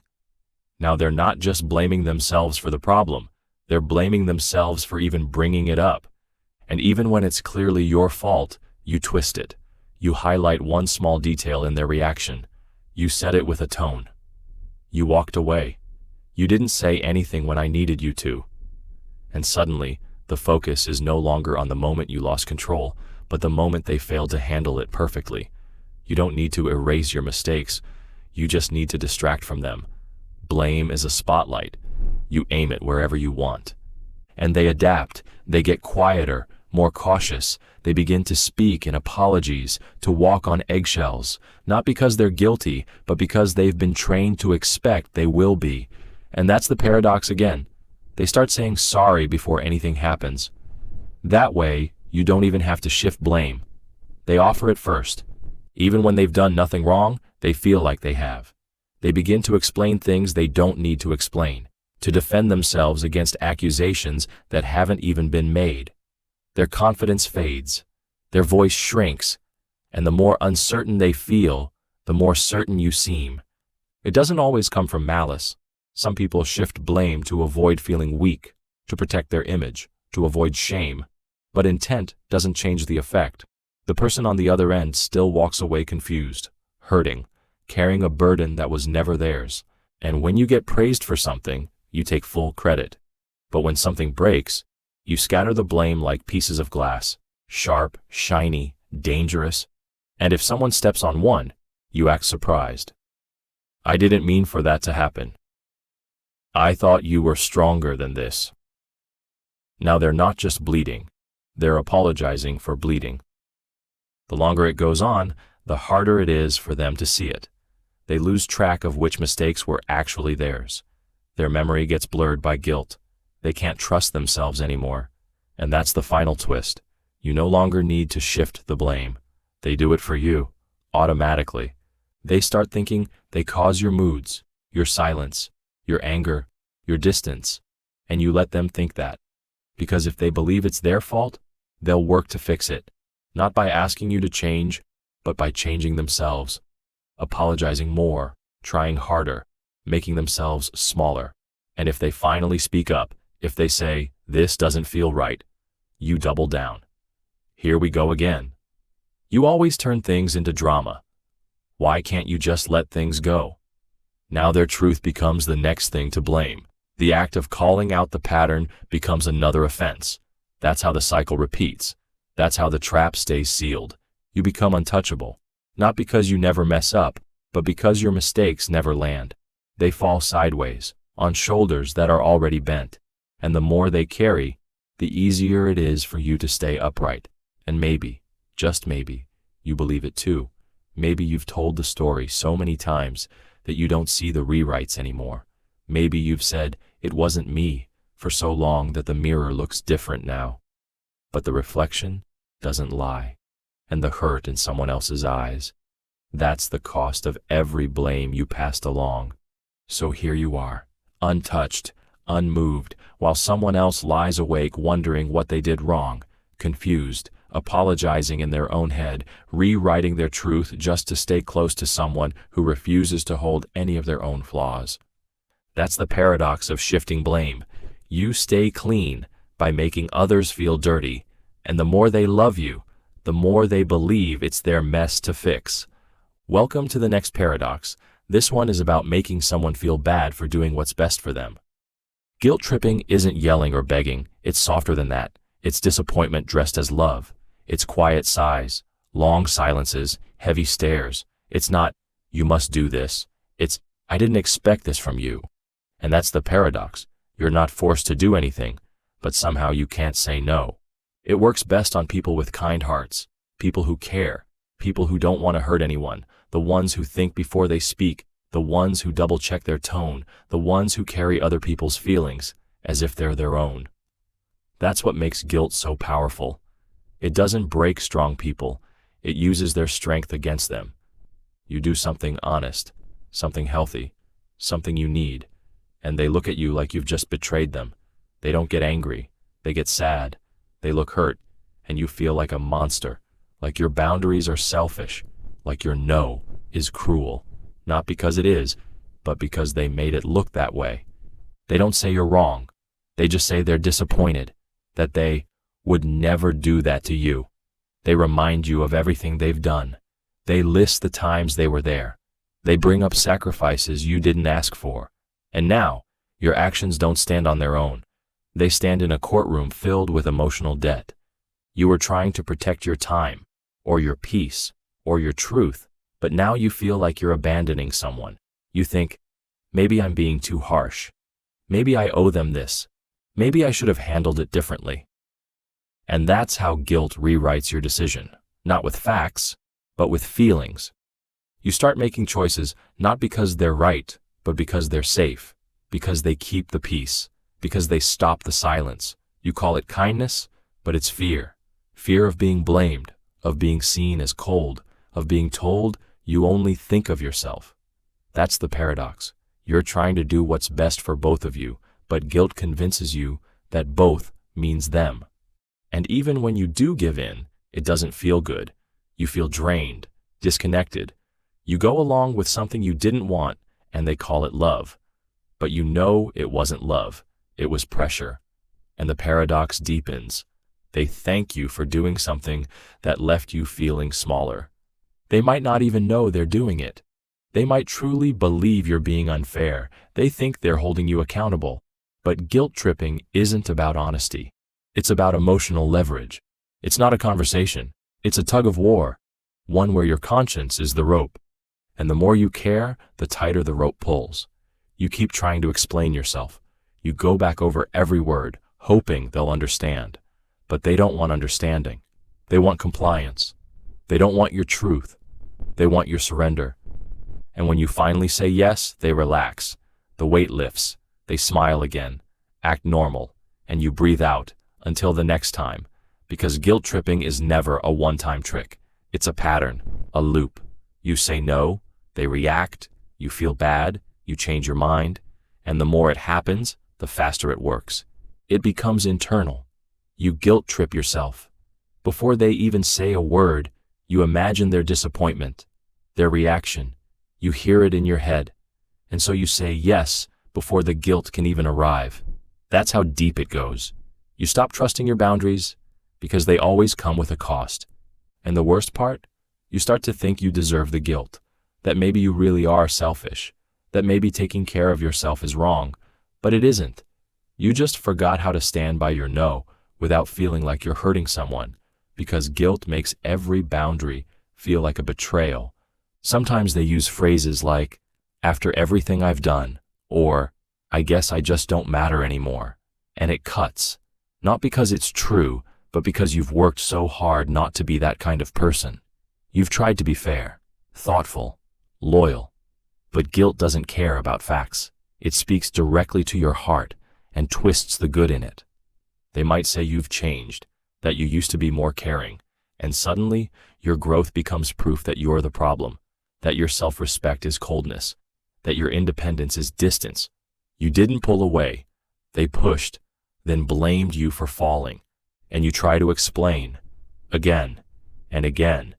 You try to be both strong and soft, but it never seems to land. Because guilt is not about hearing the other person. It's about getting them to fold. And when you don't fold fast enough, the guilt thickens. You feel it in the air, in the pauses, in the way they sigh when you speak. And even when they get what they want, something inside you breaks. You feel resentful, not because you gave, but because you were tricked into it. Because they didn't ask with honesty. They asked with sadness, with history, with implication. And the weight of that is heavier than any request. But here's the quiet truth. Guilt only works if you're the kind of person who cares. And that means something powerful. It means you're not the problem.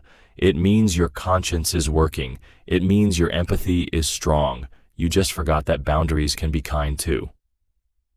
They taught you that saying no is hurtful. But what's really hurtful is asking someone to betray themselves in the name of love. They made you feel like you had to choose between being good and being honest. But those two things aren't enemies. You can be both. You already are. So here you are, carrying guilt that never belonged to you, doing things out of pressure, then calling it love, and walking through life with a heart full of doubt, simply because someone used your goodness as a tool. That's the paradox of guilt tripping. The kinder you are, the more likely you are to be manipulated, and the more you blame yourself when it happens. Welcome to the next paradox. This one is about hurting someone and making them feel bad for noticing. Victim playing is the strategy of flipping the script. You start the fire, then act like you're the one burned. You cause the pain, then cry louder than the person you hurt.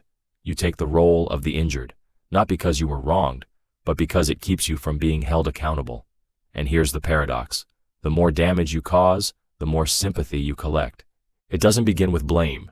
It begins with emotion, tears, shaky words, a hurt expression. The scene shifts, the focus moves. Now it's not about the harm that was done. It's about how the person who did it feels. They say, "I never meant to hurt you." And suddenly, you're the one apologizing for being hurt.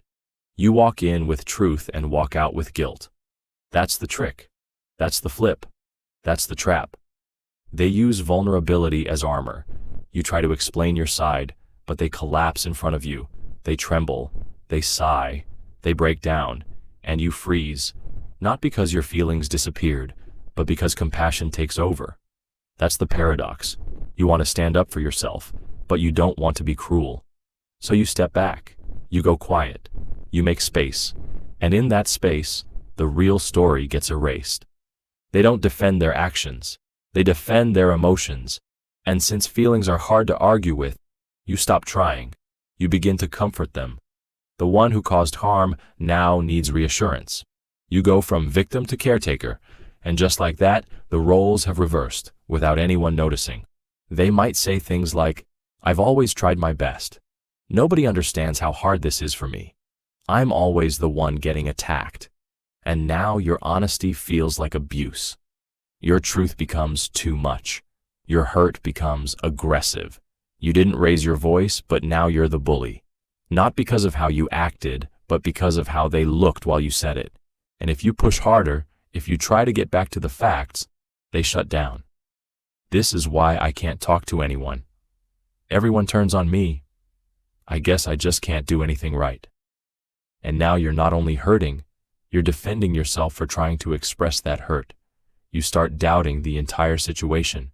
Maybe you were too direct. Maybe you did overreact. Maybe they are the ones suffering. That's the trap. Victim playing makes you second-guess reality. It's not about truth, it's about narrative. They rewrite the scene, placing themselves in the center, surrounded by injustice.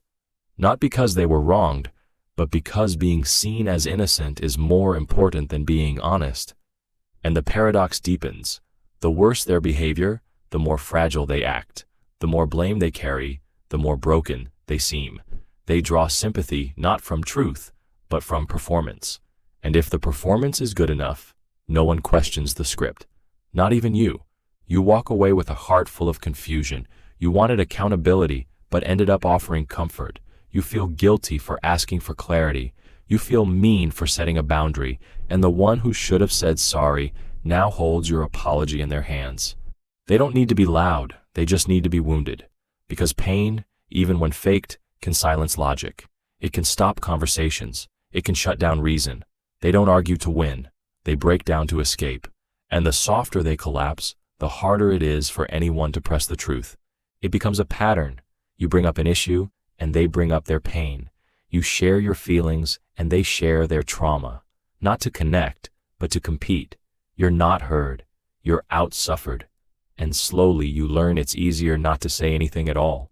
They say things like, "You have no idea what I've been through." And now, your hurt becomes irrelevant. You're not dealing with the current moment. You're stuck inside their past. You try to explain what just happened, but they're crying about something that happened 10 years ago, and you feel cruel for pulling them back to the present. They use pain as a shield. You try to reach them, but the wall is made of wounds. And every time you try to hold them accountable, you're told you're pressing too hard on a scar. You end up walking on emotional eggshells while your own needs go unmet. They don't change their behavior because the world keeps rewarding it. People gather around the one who looks broken, who sounds soft, who plays small, and you, the one who speaks up, starts looking big, loud, unfair, not because you're wrong, but because you're not performing pain well enough. And when others get involved, they don't hear what happened. They hear the story the victim player tells first, the edited version, the emotional angle. They say, "I tried so hard, and they just turned on me." And now you're not just managing their feelings, You're managing the reaction of everyone who believes them. You start hiding your truth. You stay silent. You smile when it hurts, because the alternative is being labeled heartless. You suppress your anger, not because it's wrong, but because they've taught you that only their emotions are allowed to take up space. Even when you know what they're doing, it still works, because you care. And the paradox is that your care becomes the rope. The more compassion you have, the easier it is to manipulate. They don't need to threaten you. They just need to make you feel like you're letting them down. And when they do apologize, it's never clean. It's wrapped in their own suffering. I'm sorry, but I've just been under so much stress. I didn't mean to hurt you. I'm just broken. So now your pain has been acknowledged. But it still points back to them. They say sorry, but you're the one who walks away feeling heavy. You didn't sign up to be the villain. But the more you stand your ground, the more they shape the story around your defiance. And the more gentle you are, the more they draw you in, twisting your kindness into a leash. So here you are, tired from being the strong one, guilty for needing honesty, silenced by sympathy, and standing across from someone who gets to break the rules, then cry when they're caught. That's the paradox of victim playing. The person who causes the most pain often ends up being comforted the most. Welcome to the next paradox. This one is about being punished for doing exactly what you were told to do. Double binds are the traps with no exits. No matter what you choose, you lose. No matter how you respond, you're wrong. It's a setup where both options lead to blame, and trying to explain yourself just proves their point. And the paradox is cruel. You follow the rules and still break them. It starts simple. You're told to be honest, so you are. And they say you're too harsh. Next time, you hold back to be gentle, and they say you're hiding things. Speak up, and you're disrespectful. Stay quiet, and you're passive-aggressive. It's not about what you do. It's about making sure whatever you do can be used against you. The rules shift without warning. They say, I want space, so you give them space, and then they say you're distant. They say, tell me how you feel, so you open up, and then they say you're making it about yourself. You try to listen. You try to learn. But every path circles back to failure. You live in constant tension, walking on a floor that changes shape with every step. Say yes, and you're weak. Say no, and you're selfish. Try to compromise, and they accuse you of playing both sides. You begin to ask yourself, before every action, what will upset them less? But the answer is always the same. Something will. And here's the trap within the trap. You start to feel like the problem. Because if every choice you make leads to conflict, you assume you must be doing something wrong. You start doubting your instincts, second-guessing your motives. You try harder to get it right, even when the right answer keeps vanishing. They say they hate drama, but explode when you keep things simple. They say they value truth, but punish you when it's not flattering. They say, just be yourself, but criticize everything that makes you who you are. And the more you twist to please them, the more they call you inconsistent. You become exhausted from trying to solve an equation that was designed not to be solved. That's the paradox. It looks like a problem with an answer, but the problem is the question itself. You were never meant to succeed. You were meant to struggle. The struggle is the control, and they always stay above it, calm, smirking, confused by your confusion. Why are you so defensive? You're overthinking this. I never said you had to do that. They deny the bind while holding the ends of the rope, and the harder you fight, the more tangled you become. You try to explain, you show your effort, you walk them through your thinking. But explanations are turned into excuses. Clarity is labeled guilt. You're accused of playing victim, even while you're the one caught in the trap. Eventually, you stop trying to win. You just try not to lose as badly. You shrink. You avoid conflict. You become small and agreeable, not because you agree, but because you're tired of being wrong no matter what. And the paradox deepens. You lose your voice, trying to avoid being silenced. It shows up everywhere. In love, in work, in family. Be strong, and you're cold. Be soft, and you're unstable. Set a boundary, and you're controlling. Let things slide, and you're enabling. The more you care, the more trapped you feel. Because caring means you keep trying. And trying means you keep getting hurt. And even when you think you figured it out, when you think you finally did the thing that won't backfire, it still does. They find something, a tone, a word, a delay, and suddenly you're back in the wrong. You're reminded that peace is not an option, only compliance. And even that doesn't work for long. You start to blame yourself for not seeing it sooner, for not walking away. But that's part of the bind too, because now you're stuck between two bad stories. Either you were naive or you were weak, and no matter which one you pick, you still lose a piece of your dignity. Some people use double binds on purpose, to confuse, to destabilize, to feel power. Others do it without knowing. They demand things they can't handle. They ask for honesty they don't want. They create tests they don't know they're giving. But either way, the result is the same. You're stuck. And the cruelest twist of all is when they say, "It's your choice," as if you're free, as if the bind is yours to untangle. But when every door leads to punishment, choice becomes an illusion. You're free to choose, but only if you're ready to be blamed for whatever happens next. And when you try to name the bind, to say, "This feels like a trap," they tell you you're paranoid, that you're reading into things, that you're twisting their words. They turn the bind into a ghost, invisible to everyone but you. And now, on top of being stuck, you feel crazy. But you're not crazy. You're reacting to chaos that was handed to you as if it were structure. You're trying to walk straight in a room where the walls keep moving. You're trying to be good in a place where good keeps being redefined.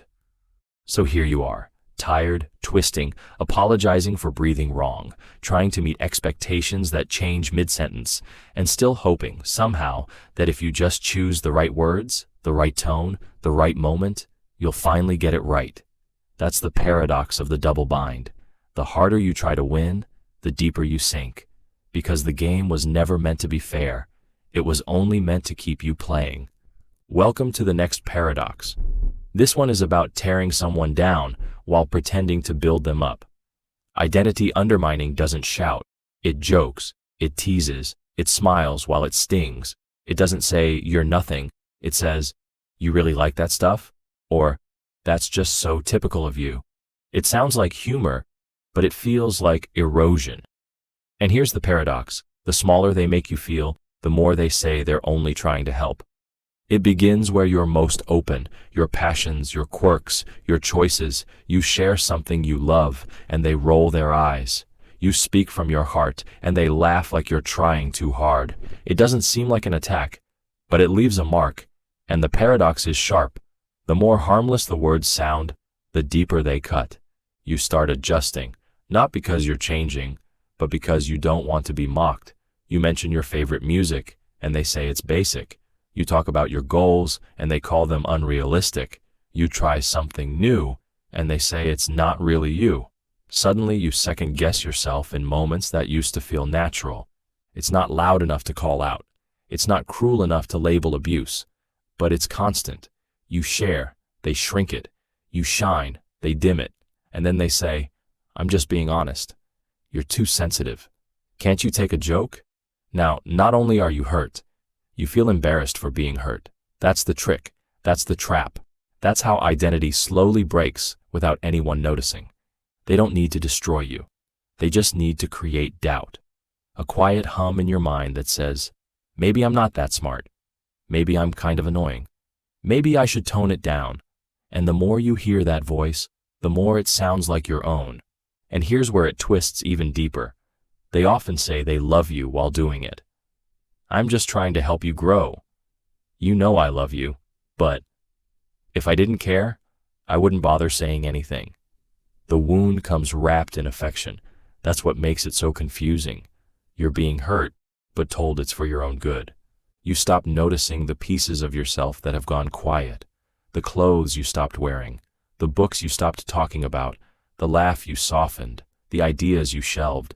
You tell yourself you're evolving, that you're becoming more grounded, but you're not growing, you're shrinking to fit their comfort. And when you try to push back, when you say, "That hurt," they deflect, they act shocked. I can't say anything around you anymore. You're taking this way too personally.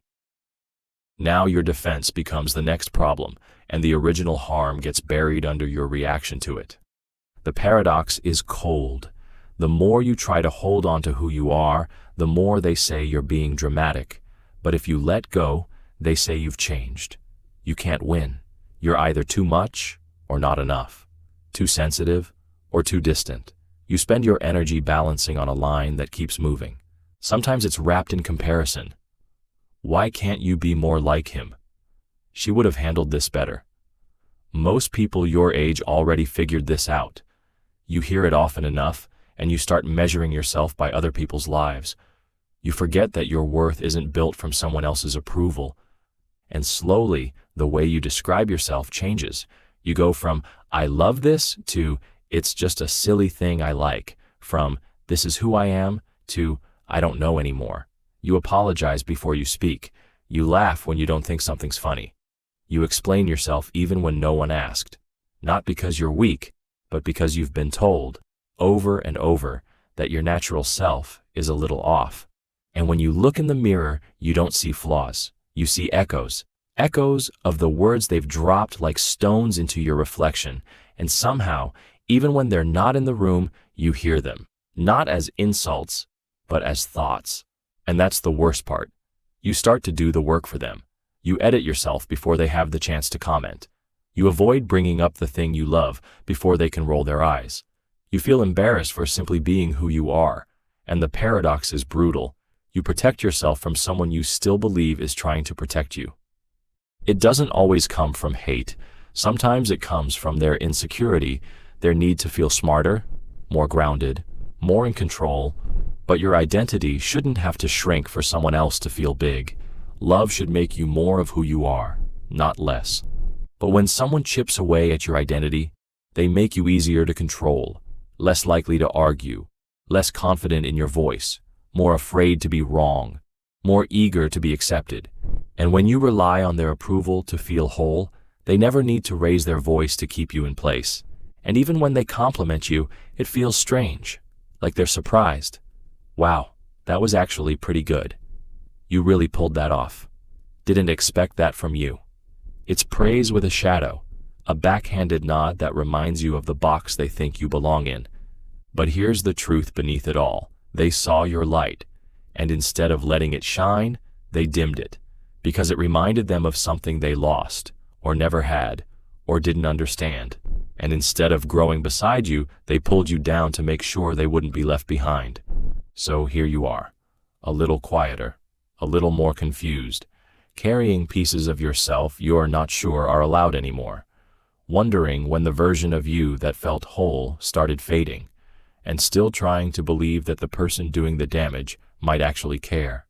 That's the paradox of identity undermining. They shape you by shaming you, then say they love the person you've become, even though you had to lose yourself to become it. Welcome to the next paradox. This one is about breaking someone down by claiming you're just trying to help them be better. Incessant criticism is a slow erosion. It doesn't crush all at once. It chips away piece by piece. A look here, a sigh there, a comment about how you could have done it differently, or better, or faster, or with more care. And the paradox is this: the more you try to improve, the more they find to fix. It's disguised as feedback, as honesty, as just being real. They say they're trying to help, but the help never feels helpful. It feels like pressure, like tension, like something heavy is always sitting on your chest. They tell you it's constructive, but it never builds. It only breaks. They point out your mistakes every day, every moment. They remind you of the thing you forgot, the word you misused, the tone you didn't mean to have, the tiny detail you missed. And at first, you try to listen. You nod, you take it in, you believe them when they say it's about growth. But then it keeps going, and going, and going. You fix one thing, and they point to another. You apologize, and they say you're making excuses. You try to explain, and they accuse you of being defensive. You stay quiet, and they say you're shutting down. No matter what you do, there's always something wrong. That's the trap. You become the problem, even when you're doing your best. And it doesn't always sound angry. Sometimes it's soft, calm, even polite. You always leave that cabinet open. You didn't answer that text very well. You know, that outfit doesn't really flatter you. It's small, but constant. And the small things are what stick. They add up. And suddenly, you're questioning everything. At first, you feel like you can handle it. You want to do better. You want to prove you're listening. So you adjust. You try harder. You walk more carefully, speak more slowly, triple check your work. But the paradox kicks in. Your effort increases, and so does their criticism. The more energy you give, the more they take. Eventually, you stop feeling proud of anything. You could do 100 things right, and they'll point to the one thing that could have been better. You finish a task, and their response is, finally. You express a thought, and they interrupt. You try to relax, and they tell you you're being lazy. You live on edge, not because you're sensitive, but because you've been trained to expect correction at any moment. And they never let you settle. Even in quiet moments, there's tension. You start anticipating their reaction before they speak. You rehearse answers in your head. You scan your environment for things you might have missed. Your body stays tight, your brain always braced. Not because there's danger, but because criticism has replaced peace. They say they want you to be your best, but your best is never enough. And that's the paradox. Improvement doesn't silence the critique. It feeds it. Because if you can improve, they'll find more you haven't yet. You're not praised for effort. You're punished for not being perfect. And if you try to speak up, to say the constant comments are hurting, you're met with denial. I'm just trying to help. You're too sensitive. I can't say anything without you getting upset. Now your pain becomes part of the problem. You're not just wrong in what you do, you're wrong in how you feel about it. They never take responsibility for the weight they're putting on you. They call it guidance. And if they do apologize, it's hollow. Sorry, but I just expect a lot. Sorry, I didn't mean it like that. But the behavior never stops. The words keep coming, and the pressure stays. You begin to forget what confidence feels like. You forget what it's like to finish something without immediately hearing a flaw. You forget what it's like to enjoy a moment without the voice in your head reminding you that you should have done something differently. Their voice becomes your voice. Their criticism becomes your inner dialogue. You stop taking risks. You stop speaking up. You stop trying new things. Not because you don't want to, but because you're scared of the commentary. You feel trapped in a loop of not enough. And the harder you try to escape it, the more trapped you become. That's the paradox. You're trying to win back a sense of worth that their words keep stealing. Even when they're not around, you hear them.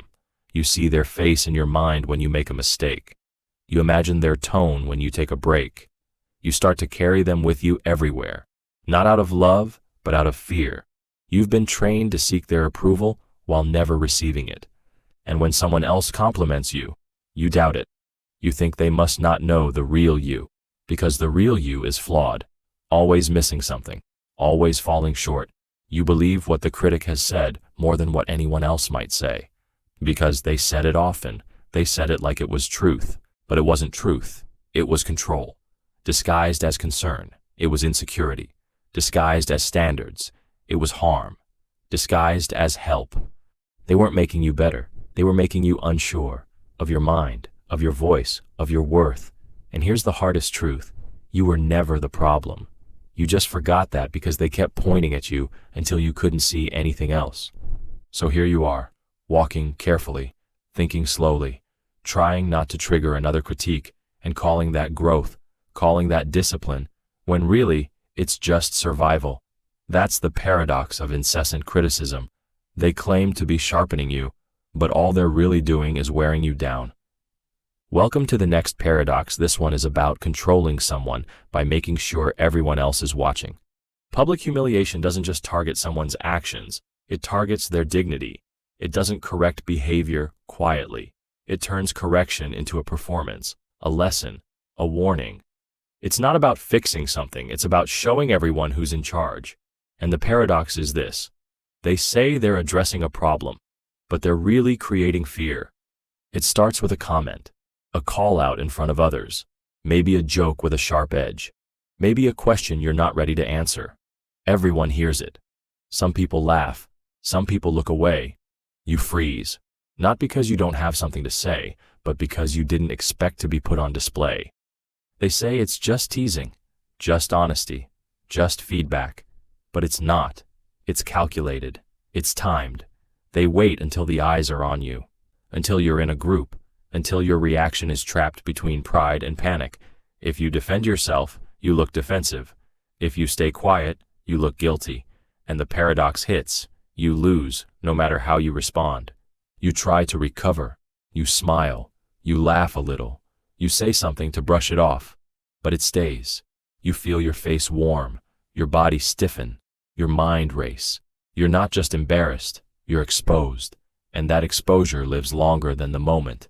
It plants something in you, a kind of caution. You remember the sting, the sound of your name being used as a punchline, the way they emphasized your mistake. Not because it was important, but because it was visible. They don't want to talk, they want to demonstrate, and you're the example. After that, you walk differently, speak more carefully, second guess before you share. You stay out of focus, not because you don't want to contribute, but because you don't want to be targeted. That's the quiet success of public shame. It doesn't just silence you in the moment, it rewires how you show up. And the person who did it walks away looking strong, confident, in control. Maybe they even earn laughs, applause, approval. People respect them because they say it like it is, because they hold people accountable.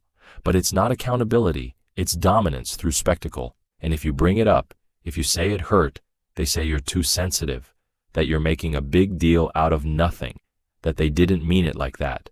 Now your reaction becomes the next target. Your discomfort becomes the new punchline, and the real issue disappears behind your need to calm down. They say it was a joke, but jokes don't feel like humiliation. They say it was a lesson, but lessons don't require an audience. They say it was necessary, but necessary things don't leave people feeling small. That's the paradox. They use the language of growth to justify a tool of control. And the more often it happens, the more predictable it becomes. You learn to anticipate it. You lower your head when they start talking. You laugh along so you're not left behind. You try to make yourself invisible, not because you lack confidence, but because they've taught you visibility is dangerous. Other people see it too, but most stay quiet. Not because they agree, but because they're relieved it's not them. That's how public humiliation works. It doesn't just wound the target. It warns the crowd. It says, step out of line, and this could be you. It keeps everyone obedient, not through respect, but through fear. And fear is sticky. It stays with you long after the group has moved on, after the meeting ends, after the class is over, after the laughter fades. You sit alone and replay it. The tone, the words, the way people looked at you, and you ask yourself what you did to deserve it. But here's the truth. You didn't deserve it. You weren't corrected. You were used. Your mistake became a message. Your discomfort became entertainment. Your voice was turned into a cautionary tale. And the more you try to act like it didn't hurt, the more it hurts. And maybe the person who did it doesn't see it that way. Maybe they think they're just being bold, that they're keeping it real, that they're toughening you up. But there's a difference between being honest and being cruel, between addressing a problem and turning someone into a prop. And if they do see what they're doing, then it's worse. Because it means they know exactly how shame works, how it silences people, how it creates loyalty through fear, how it makes people easier to manage, not because they trust you, but because they're scared of being embarrassed again. You begin to hide not just mistakes, but emotions. You don't admit confusion. You don't ask questions. You don't take risks, not because you've lost interest, but because you've learned that one misstep could cost your pride in front of a room. And the irony is this: humiliation doesn't create better performance. It creates paralysis. It doesn't produce respect. It produces silence. It doesn't build trust. It builds resentment. But the paradox is that it still works. Because people do fall in line. They do stay quiet. They do shrink. And sometimes people laugh with them, Not because it's funny, but because laughing is safer than being the next target. The room becomes a place where people trade honesty for safety, where authenticity is replaced with strategy, and everyone learns how to play along. So here you are, remembering what it felt like, that moment where everything slowed down, where all the attention you didn't ask for landed on you. And now you carry that moment like a warning sign. You learn when to speak, when to fade, when to nod, when to disappear. That's the paradox of public humiliation. They call it leadership, but it's fear in a suit. They call it teaching, but it's control with a spotlight. They say it's honesty, but it's really just performance, and you were never meant to be part of the act. You were meant to be the stage. Welcome to the next paradox. This one is about creating agreement by pretending it already exists. False consensus is the act of making something feel true just because it sounds like everyone believes it. You don't prove your point. You just say it loudly, confidently, casually, like it's common knowledge, like it's already been decided. And the paradox is, people begin to agree, not because they believe, but because they don't want to be the only one who doesn't. It works by creating an invisible crowd. We all think so. Everyone knows that. Nobody actually believes that stuff. Those words don't invite discussion. They shut it down.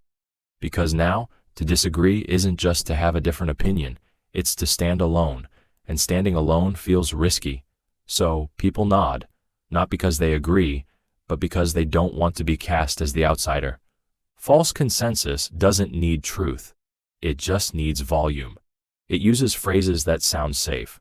Let's be honest. Clearly. It's obvious. And with every confident statement, it becomes harder to question. Because the moment you do, the room shifts. Eyes turn. The silence thickens. And suddenly, you're not debating an idea. You're challenging a crowd that may not even be real. That's the twist. The crowd often doesn't exist. Most people are silent, neutral, unsure. But in the presence of false consensus, their silence gets hijacked. It gets turned into agreement. No one speaks up, so it must mean they agree. But silence isn't consent. It's caution, fear, uncertainty. And the paradox is, the less people talk, the more powerful the illusion becomes. You sit there thinking, am I the only one who feels this way? And that thought keeps you quiet. You don't want to be wrong. You don't want to be mocked. You don't want to be labeled difficult. So you play along. You nod. You stay quiet. And now you've become part of the illusion too. You've added to the silence that looks like agreement. It becomes a cycle. One person speaks with confidence, and no one pushes back, so they get louder, more sure, more absolute. And each time the group stays silent, the illusion hardens, until the false consensus feels real, feels normal, feels like truth, even though no one actually asked, is this what we all believe? And if someone does question it, they're immediately isolated. Wow, you're the only one who thinks that? That's a strange take. Nobody agrees with that. And now, the dissenter isn't just disagreeing, they're breaking the unspoken rule. They're the reason the illusion cracks, and that makes them a threat. You start to see the pressure, not from force, but from suggestion, not from truth, but from appearance. And the more it continues, the more you understand the paradox. Conformity can be created out of nothing, just by making people afraid to speak.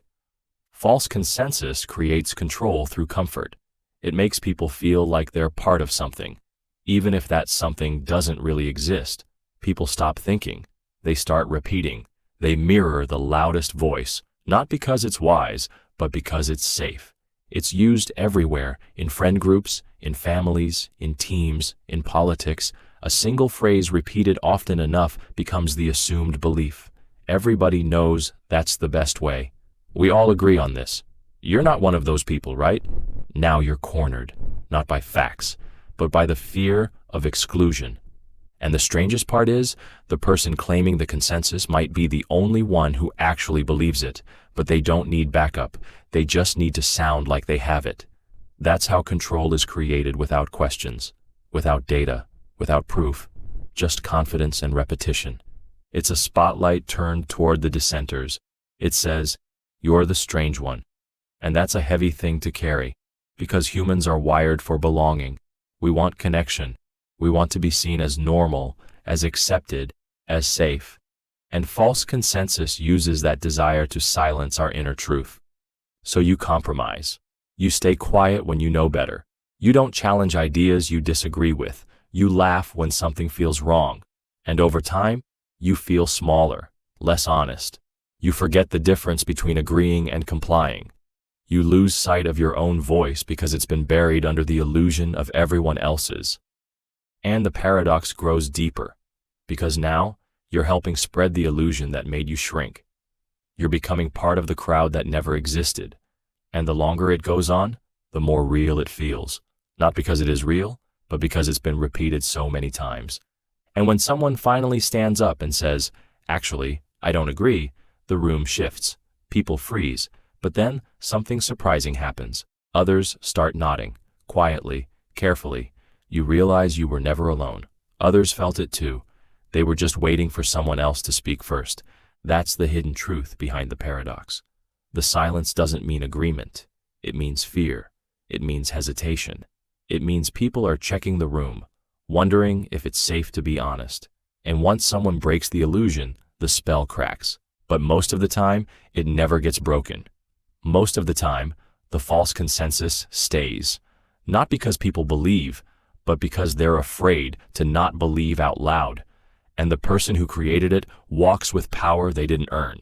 They lead with a following they don't actually have. So, here you are, surrounded by nodding heads, wondering if anyone else is thinking what you're thinking, watching someone speak like they already have the answer, and knowing that if you speak up, the spell might break, but so might your comfort. That's the paradox of false consensus. The more it's believed, the less true it becomes, and the more dangerous it feels to question. Welcome to the next paradox.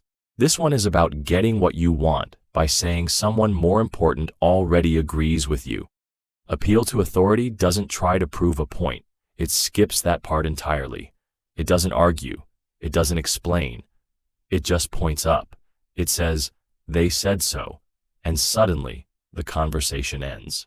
You're not allowed to question anymore, because now, questioning them means questioning something bigger. And the paradox is this. The person using power might not have any of their own. It starts with names. My boss agrees.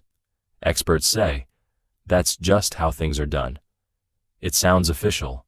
It sounds settled. But when you look closer, you realize there's no detail, no quote, no real explanation, just the shadow of authority held up like a shield. And the moment you try to ask, who exactly, or where does it say that, the person dodges, or they get annoyed, because the illusion only works when it goes unquestioned. Sometimes the authority is real, a title, a position, a rank, but even then, it's misused. It's not, "I believe this." It's, "You have to believe this, because someone higher said so." And now, instead of having a conversation, you're being managed. The voice you're arguing with isn't even in the room, but it's being used like a weapon anyway. Sometimes the authority doesn't even exist. It's made up, or twisted, or taken out of context, but it doesn't matter, because as long as it sounds official, it becomes powerful. Studies show. Everyone in leadership agrees. I've talked to people who know what they're doing. Vague, confident, untouchable, and completely empty. And here's the twist. The more uncertain someone is, the more they rely on borrowed power. They can't stand alone, so they stand behind someone else. They dress up their opinion like a fact. They cover their manipulation with credentials. They turn personal pressure into public truth. And now, you're not pushing back on a person. You're pushing back on the system, the rules, the experts, the big names, the structure. And that makes you feel small, wrong, arrogant, like you're the fool for even asking. That's the paradox. You're being manipulated, but made to feel like you're the one not listening. You're the one out of line. You need to trust the chain of command, even when that chain has no links. It shows up everywhere. Therapists say people like you have issues. The pastor says this is the right way. I talked to someone who's been through this, and they agree with me. You're not arguing with them anymore. You're arguing with their puppet, and the puppet always wins. And when you finally say, I don't agree, they don't engage with your point. They attack your character. So you think you know better than them? You're not qualified to speak on this. Don't you trust people who've studied it longer than you? Now your thoughts are invalid. Not because they're wrong, but because you don't have the right title. That's how control is passed around. Not by force, but by hierarchy. And the person at the top doesn't even need to know they're being used. They're just the name, the weight, the reason you're supposed to stay silent. It makes people obedient without question.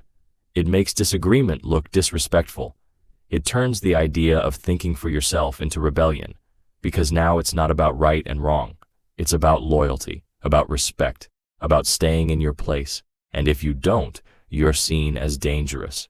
You stop questioning, not because you agree, but because you're tired. You don't want to argue with someone who keeps pointing to the sky.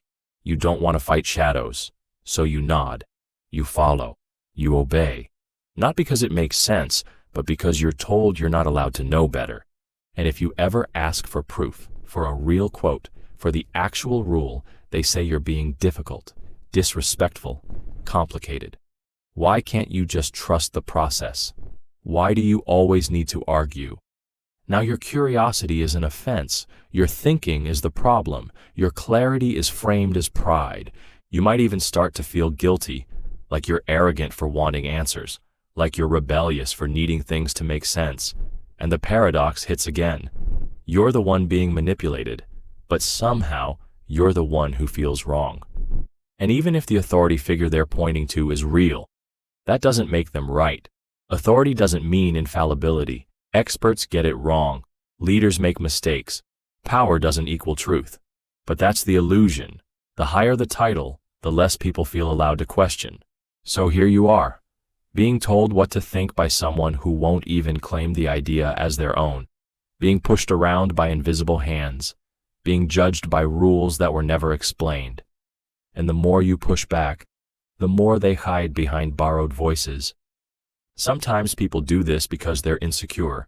They want to win without doing the work, so they climb onto the shoulders of someone else and shout from there. Other times, it's intentional, a strategy, a way to silence opposition before it starts. Either way, the effect is the same. They gain power by claiming they already have it. But real authority doesn't need to be borrowed. Real wisdom doesn't need a title to back it up. Real leadership listens, it explains, it meets you where you are, it doesn't hide behind other names, it stands on its own, and that's how you spot the difference.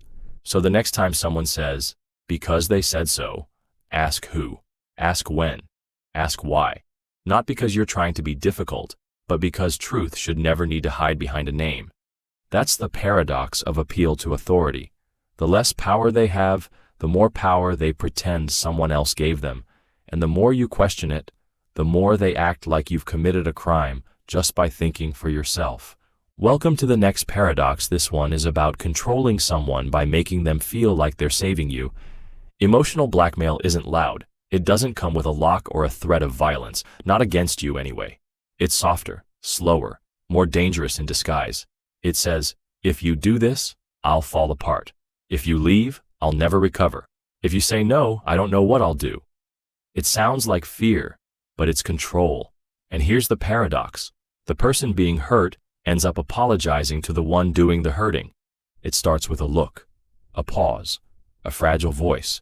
They don't demand, they crumble. They don't shout, they tremble.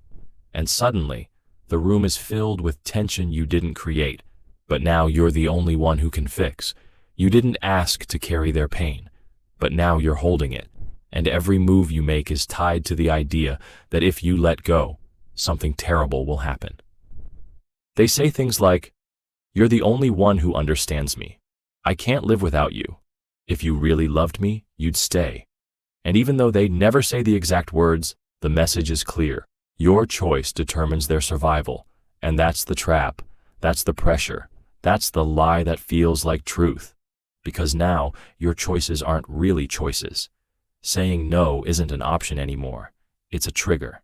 Setting a boundary isn't self-care. It's selfish. Leaving isn't a breakup. It's betrayal. You don't walk away, you escape. And every time you try to breathe, they remind you how fragile they are, how broken, how much they need you. But they don't want your love. They want your fear. The paradox sharpens. You're not staying because you want to. You're staying because you're afraid of what they'll do if you don't. And yet somehow, they call it love. They say you're meant to be. They say no one else would ever care this much. But love doesn't come with chains. Love doesn't come with threats dressed as desperation. And sometimes it's not even about self-harm. It's guilt. It's emotional sabotage. It's reminders of everything they've done for you. After all I gave you, this is how you treat me. I guess I never really mattered. You'll regret this when I'm gone. And now the pain is yours. But not because you earned it, because it was handed to you like a weapon, blade first. You stop making choices for yourself. You start walking through every day carefully, checking every word, every tone, every message, making sure you don't become the trigger for their next breakdown. And you tell yourself it's kindness, that you're helping, that you're being the strong one. But the paradox cuts deeper. You're not being kind. You're being held hostage by someone who knows exactly which part of your heart to pull. And they may truly be hurting. They may really be afraid. But fear doesn't give someone the right to trap another person in it. Pain doesn't give permission to manipulate. Struggling doesn't excuse control. And that's where emotional blackmail hides best, behind sympathy. Because you feel sorry for them, you stop seeing the damage they're doing to you. You don't speak up. You don't say no. You start losing pieces of yourself slowly, trading them for moments of peace. And even then, peace never lasts, because their pain keeps coming back. And every time it does, you're expected to fix it. Not as a partner, not as a friend, but as a lifeline. You weren't built to be someone's lifeline. You were never supposed to carry someone else's survival on your back. And still, here you are, canceling plans, sacrificing sleep, ignoring your gut, saying yes when you mean no, all because you don't want to be the reason they fall. They've built a world where your strength is the only thing keeping them from breaking. And the more you care, the more trapped you become. You can't leave. You can't step away. You can't breathe without hearing, "What will happen to me if you go?" So you stay, not because of connection, but because of threat. And that's the darkest paradox. They don't have to hurt you to hurt you. They just have to say they'll hurt themselves. They don't need a weapon, just your conscience. Your empathy becomes their tool. And even if you try to explain, if you say, "This isn't fair," they cry harder. They crumble. They turn the lights low. They stop eating. They talk in circles. They hint at endings. And your fear kicks in. You forget everything you felt. You just want them safe. But in keeping them safe, you're losing yourself. People around you may not even see it, because it doesn't look like control. It looks like weakness, like sadness, like someone who's barely holding on. And you become the hero in their story, the one who stays, the one who saves, the one who never gives up. But heroes break too, especially when they're never allowed to rest. And sometimes you do try to leave. You take a step back, you make space, and then the threats come faster. Fine, I'll just disappear. I'll never talk to anyone again. You'll see how much you mattered when it's too late. And suddenly, the space you made is filled with panic. You didn't want to hurt them, but they've made sure you feel like you already did. So you go back, you check in, you soften your tone, you say you're sorry, and once again, you're holding their pain like it's your fault. That's the loop. That's the prison. That's how emotional blackmail becomes a cage that looks like compassion. You might even believe it's love, that this kind of intensity means something, that the chaos means depth, that the threats mean connection. But love doesn't trap. Love doesn't test. Love doesn't hold someone's peace hostage just to keep them close. So here you are, not sure where you end and they begin, carrying a weight you didn't choose, making decisions based on their fear instead of your truth, and feeling guilty not because you did anything wrong, but because someone told you their world would collapse if you ever chose yourself. That's the paradox of emotional blackmail. They control you by acting like they're the ones falling apart, when in reality, you're the one breaking, just to keep them whole. Welcome to the next paradox. This one is about making something feel rare, so you stop thinking and start chasing. Scarcity illusion doesn't rely on truth. It relies on panic. It says, only a few people get this. This is your last chance. If you don't act now, it's gone forever. It doesn't make the thing more valuable. It makes you feel less secure. And the paradox is, the more pressure you feel, the more you believe you're making a free choice. It begins with a timer, a deadline, a spot that could disappear, a look that says, you better move. You're told this opportunity won't come again. And even if you were unsure, even if you were about to walk away, now you freeze, now you reconsider, now you think, maybe I'll regret missing this. That's how scarcity illusion works. It puts a countdown in your head. You stop weighing your options. You stop asking questions. You start reacting fast, without clarity. And they call that confidence. But it's not confidence. It's urgency wrapped in fear. It's not just used to sell things. It's used to sell people, relationships, loyalty, agreement. No one else will love you like this. People like us don't come around often. This is a once-in-a-lifetime kind of connection. And suddenly, you start ignoring red flags. You stop noticing how strange it feels, because they've made you believe this is rare, and rare means worth keeping. You hear the word exclusive, and it triggers something. You think it means special, but it really just means limited. And when something is limited, it makes you feel like you're lucky to have even been considered. So you accept terms you normally wouldn't. You tolerate behaviors you wouldn't excuse, because if it's rare, it must be right. And here's the twist. Scarcity illusion doesn't actually require the thing to be rare. It just has to look that way. A product with artificial limits, a relationship with fake urgency, a favor that comes with a time limit. It's not the thing that's rare. It's the window they create around it. And the moment you believe that window is closing, you rush through it. You don't ask, do I need this? You ask, will I lose it? The question shifts. The fear grows. The choice disappears. That's the paradox. Scarcity doesn't create value, it creates anxiety. And anxiety makes you obey faster than logic ever could. You might notice it. You might sense that something's off. But by the time you do, you've already said yes. You've already committed. You already feel invested. And now, turning back feels like failure, like missing out, like regret. So you keep going, not because it feels right, but because you're scared of what might happen if you stop. They don't have to convince you. They just have to say, there's not much left. And suddenly, you're listening. You're leaning in. You're acting fast. Even if your gut says wait, your brain says move. Because the illusion is strong, and it doesn't need proof. It just needs urgency. You see it everywhere. Only 3 seats left. Doors close at midnight. You'll never get this chance again. It makes you feel like you're on the edge of something big, and if you step away, you'll lose everything. But what you're actually losing is peace, space, time to think. Even in relationships, this shows up quietly.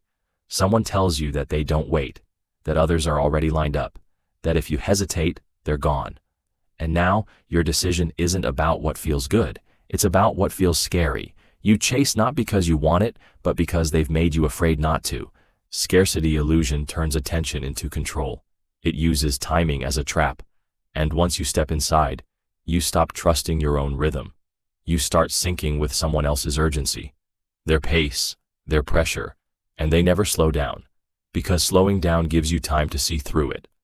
And the strange part is, sometimes we like the pressure. It makes things feel exciting, important, alive. Scarcity adds adrenaline to the mix. It creates a rush, and rush feels like purpose, even when it isn't.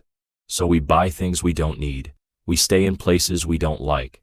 We agree to things that make us uncomfortable, not because they're right, but because they won't be available forever. And the paradox deepens. You're no longer deciding what's best for you. You're just trying not to miss out. Fear of missing out becomes stronger than the fear of being wrong. You think, I can always leave later, or at least I didn't let it pass me by. But some things, once taken, don't leave so easily. Some choices, once made quickly, take a long time to undo. And the person creating the illusion, they know this. They rely on it. They know if they let you think too long, you might change your mind. So they don't give you that luxury. They fill the space with countdowns, with scarcity, with fear, and call it opportunity. And even when you realize what's happening, it's hard to walk away. Because by then, the idea has been planted. What if this is the best you'll ever get? That thought haunts you. Not because it's true, but because it was whispered at just the right moment. You begin to doubt your standards. You question your timing. You wonder if you're being too careful, too slow, too afraid. But you were never afraid of the thing. You were afraid of the pressure surrounding it. So here you are, caught in a moment that feels like it matters more than it does, making decisions faster than you ever planned, ignoring your gut because the clock is ticking, and believing that if you don't act now, you'll never get another chance. That's the paradox of scarcity illusion. They make something feel rare so that you stop treating yourself like you're valuable too. Because if you knew your worth, you'd never rush to catch something that has to trick you into chasing it. The identity erosion method. You don't break someone by attacking them head on. You do it by subtly dismantling their identity, one brick at a time. Here's how. Begin with harmless corrections. You always misremember dates. You've told that story differently before. That's not how it happened, is it? Each time you act surprised, empathetic, non-threatening. The goal? Create a crack between what they think is true and what you're telling them. Once they begin to doubt their own memory, their grip on identity loosens. Then escalate. Question their likes, habits, beliefs. Frame it as concern. You used to love that band. Why don't you anymore? You've really changed? Are you sure you're okay? You're not acting like yourself lately. What's happening beneath the surface is terrifying. Their brain is constantly seeking coherence. When reality becomes unstable, people look outward for cues, and you've positioned yourself as the only stable mirror they trust. Eventually, they'll begin asking you for guidance, for clarity, for definition. You've eroded their foundation and offered yourself as the new one. It's not control through fear. It's control through disorientation. They won't even realize what they've lost, because you've convinced them it was never really theirs to begin with. The guilt transfusion. You can make someone feel guilty without ever accusing them of anything. You just have to bleed it out slowly. First, play the martyr. Over-deliver. Be generous. Give help they never asked for. Make sacrifices they didn't see coming. Then, when they least expect it, withdraw. Don't lash out. Don't explain. Just go quiet. Make your absence loud. They'll start to feel it, the imbalance, the discomfort. Guilt needs no words, just a sudden shift in emotional pressure, and now their mind starts hunting for a reason. Did I do something wrong? Why are they acting distant? I owe them, don't I? Once guilt sets in, the leash forms. Now you drip subtle reminders of your efforts. It's okay. I'm just used to doing things alone. Or, don't worry, I don't expect much from people anymore. Each sentence injects more guilt, and guilt is sticky. It sticks to decisions, to behavior, to boundaries. People will bend to you just to balance the emotional scale, without realizing it was you who loaded the scale to begin with. This is psychological warfare by emotional gravity. You become the planet. They become the orbit. Used coldly, it's manipulation. Used consistently, it's domination. The controlled chaos principle. Most people crave predictability. They want to know where they stand, what tomorrow looks like, who they're dealing with. That's where this tactic strikes. You disrupt their sense of stability by creating patterned unpredictability. One day, you're kind. The next, cold. You respond to texts instantly, then disappear for hours. You praise them privately and criticize them subtly in public. You shift tones mid-conversation. Make promises, then act like they never existed. This constant shifting emotional climate causes a deep psychological effect. They become addicted to your approval. Because every time you offer warmth or kindness, it feels like relief, like a hit of oxygen in a suffocating room. The brain starts chasing that relief. It begins to work for it, desperately. This is what abusive relationships are built on. This is what cults master. It's emotional casino logic. Random rewards paired with unpredictable punishment. You don't know when the slot machine pays out, but you keep pulling the lever. Over time, the target stops questioning the chaos. They adjust to it, normalize it, and suddenly their emotional thermostat is tuned to your behavior, not their own. You've hacked their stability reflex. And now? They won't feel right unless you say they are. The authority mirage. You don't need real power to control people. You just need to look like you have it. This tactic is about crafting the illusion of expertise, leadership, or inside access, so others instinctively defer to you. It starts with confidence, not arrogance, certainty. You speak in facts, not guesses. You never say, I think, only this is. Add props, subtle ones, a clipboard, a headset, a lanyard. People obey symbols more than logic. Want someone to move? Say, we're clearing this area for safety. No explanation needed. Just act as if you've said it 100 times before. Now escalate. Drop names. Reference fake systems. It's policy. They want this done fast. Say it like you're part of an invisible they that holds weight. The result? People stop questioning and start following. Their minds hand over the reins to perceived authority, especially in unfamiliar or high-pressure situations. This trick works in crowds, in workplaces, in relationships.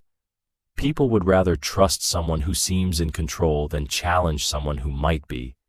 But the true power lies not in command, but in belief. Once people believe you have the power, they behave as if you do. And then, you do. Unknown user. Welcome to the first paradoxes. Let's start with a simple yet mind-bending question. What if the more you trust your own mind, the more likely it is that you're wrong?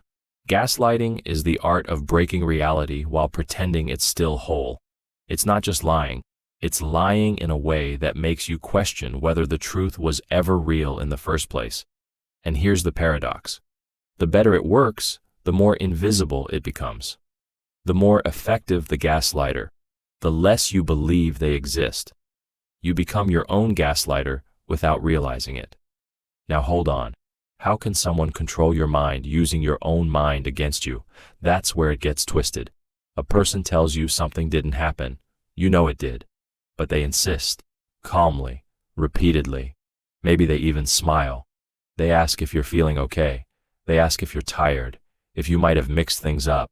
Not to harm you, oh no. They're just concerned. You start to doubt, just a flicker, but flickers can become fires. Because here's the loop.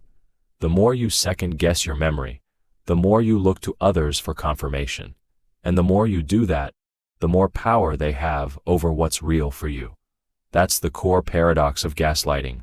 The victim begins to doubt not only what's true, but the fact that truth can be known. You no longer argue with the gaslighter. You argue with yourself. The gaslighter can go silent. They've already infected your mind. Now look at this. Gaslighting only works when the victim is sane. If someone truly was irrational, unstable, or delusional, it wouldn't matter what the gaslighter said. But because the victim is clear-headed and logical, they keep trying to make sense of what's happening. They try to reconcile what they saw with what they're being told. In other words, the smarter you are, the more vulnerable you become. That's the paradox. Intelligence doesn't protect you. It helps destroy you faster, because your brain starts helping the gaslighter. A lie told once is just a lie, but a lie told again and again, paired with the right tone, a steady gaze, a little feigned concern, becomes something stranger. It becomes doubt. The paradox is that certainty gets weaker the more it's challenged, not by stronger evidence, but by calmer denial. Someone says, that didn't happen. You say, yes, it did. They shake their head, gently. Are you sure? They ask. You say, I remember it. They say, you've been stressed lately, haven't you? Now you're not defending a memory. You're defending your sanity. Truth is supposed to be strong, but gaslighting shows truth is fragile. You thought truth was hard like steel, but it's soft like smoke. It can be bent and reshaped by nothing more than confidence. That's what makes gaslighting work. It doesn't erase reality. It just asks you to doubt it. That's all it takes. And here's another paradox. The more someone gaslights you, the more you feel guilty. You feel like you're the one doing harm by insisting something happened. You start to apologize. You start to soften your words. You start to say, maybe I misunderstood, even though deep down, you didn't. You bend not because you're wrong, but because you're tired. That's the twist. Truth doesn't break with force. It breaks with exhaustion. It gets worse. If someone tells you something false, and you catch it, you feel strong. You say, that's not true. But if they respond by acting like they're hurt, like you are being unkind, now you're the villain for protecting reality. The paradox is that you defend truth and end up feeling cruel for doing it. You tell someone, that happened, and they say, why are you being so hostile? Now you're explaining your tone, not the event. The focus has shifted. You're off balance. The truth is buried, not in lies, but in emotions. And here's where it flips entirely. You can start gaslighting yourself, without anyone in the room. You walk into a moment of confusion and automatically assume it's your fault. You forget where you place something and instantly think, I'm losing it. You feel upset and immediately tell yourself you're overreacting. Not because it's true, but because that pattern has been carved into your mind. You no longer need the gaslighter. Their voice has become your own. How can something be both invisible and destructive? How can something so simple, denying a fact, cause someone to feel like they're falling apart? That's the gaslighting paradox. The less you notice it, the more it works. The more you resist it, the guiltier you feel. The more you fight it, the more you're blamed. Reality becomes something you can't touch, but are still punished for not understanding. Gaslighting doesn't work with force. It works with softness. Not screaming, but whispering. Not fists, but sighs.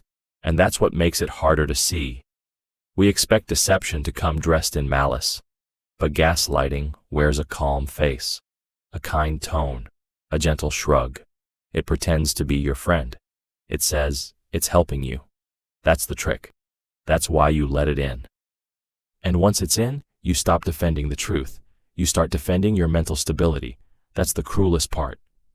The paradox is that you no longer care what happened. You just want to believe you're not broken. You abandon truth not because you don't believe in it, but because you're afraid believing in it will isolate you.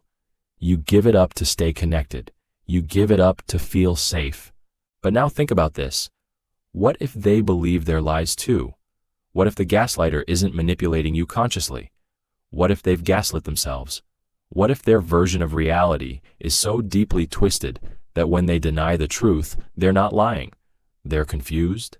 Now the paradox deepens. You might be gaslit by someone who's also a victim. The abuser doesn't know they're doing harm. They think they're right. They think you're the one who's slipping. So who do you believe? Them? Yourself? Neither? Gaslighting exposes the instability of truth, not because truth is weak, but because our connection to it is fragile. It shows us that memory isn't solid, that confidence isn't proof, that feeling sure is no guarantee of being right. And in that fragile space,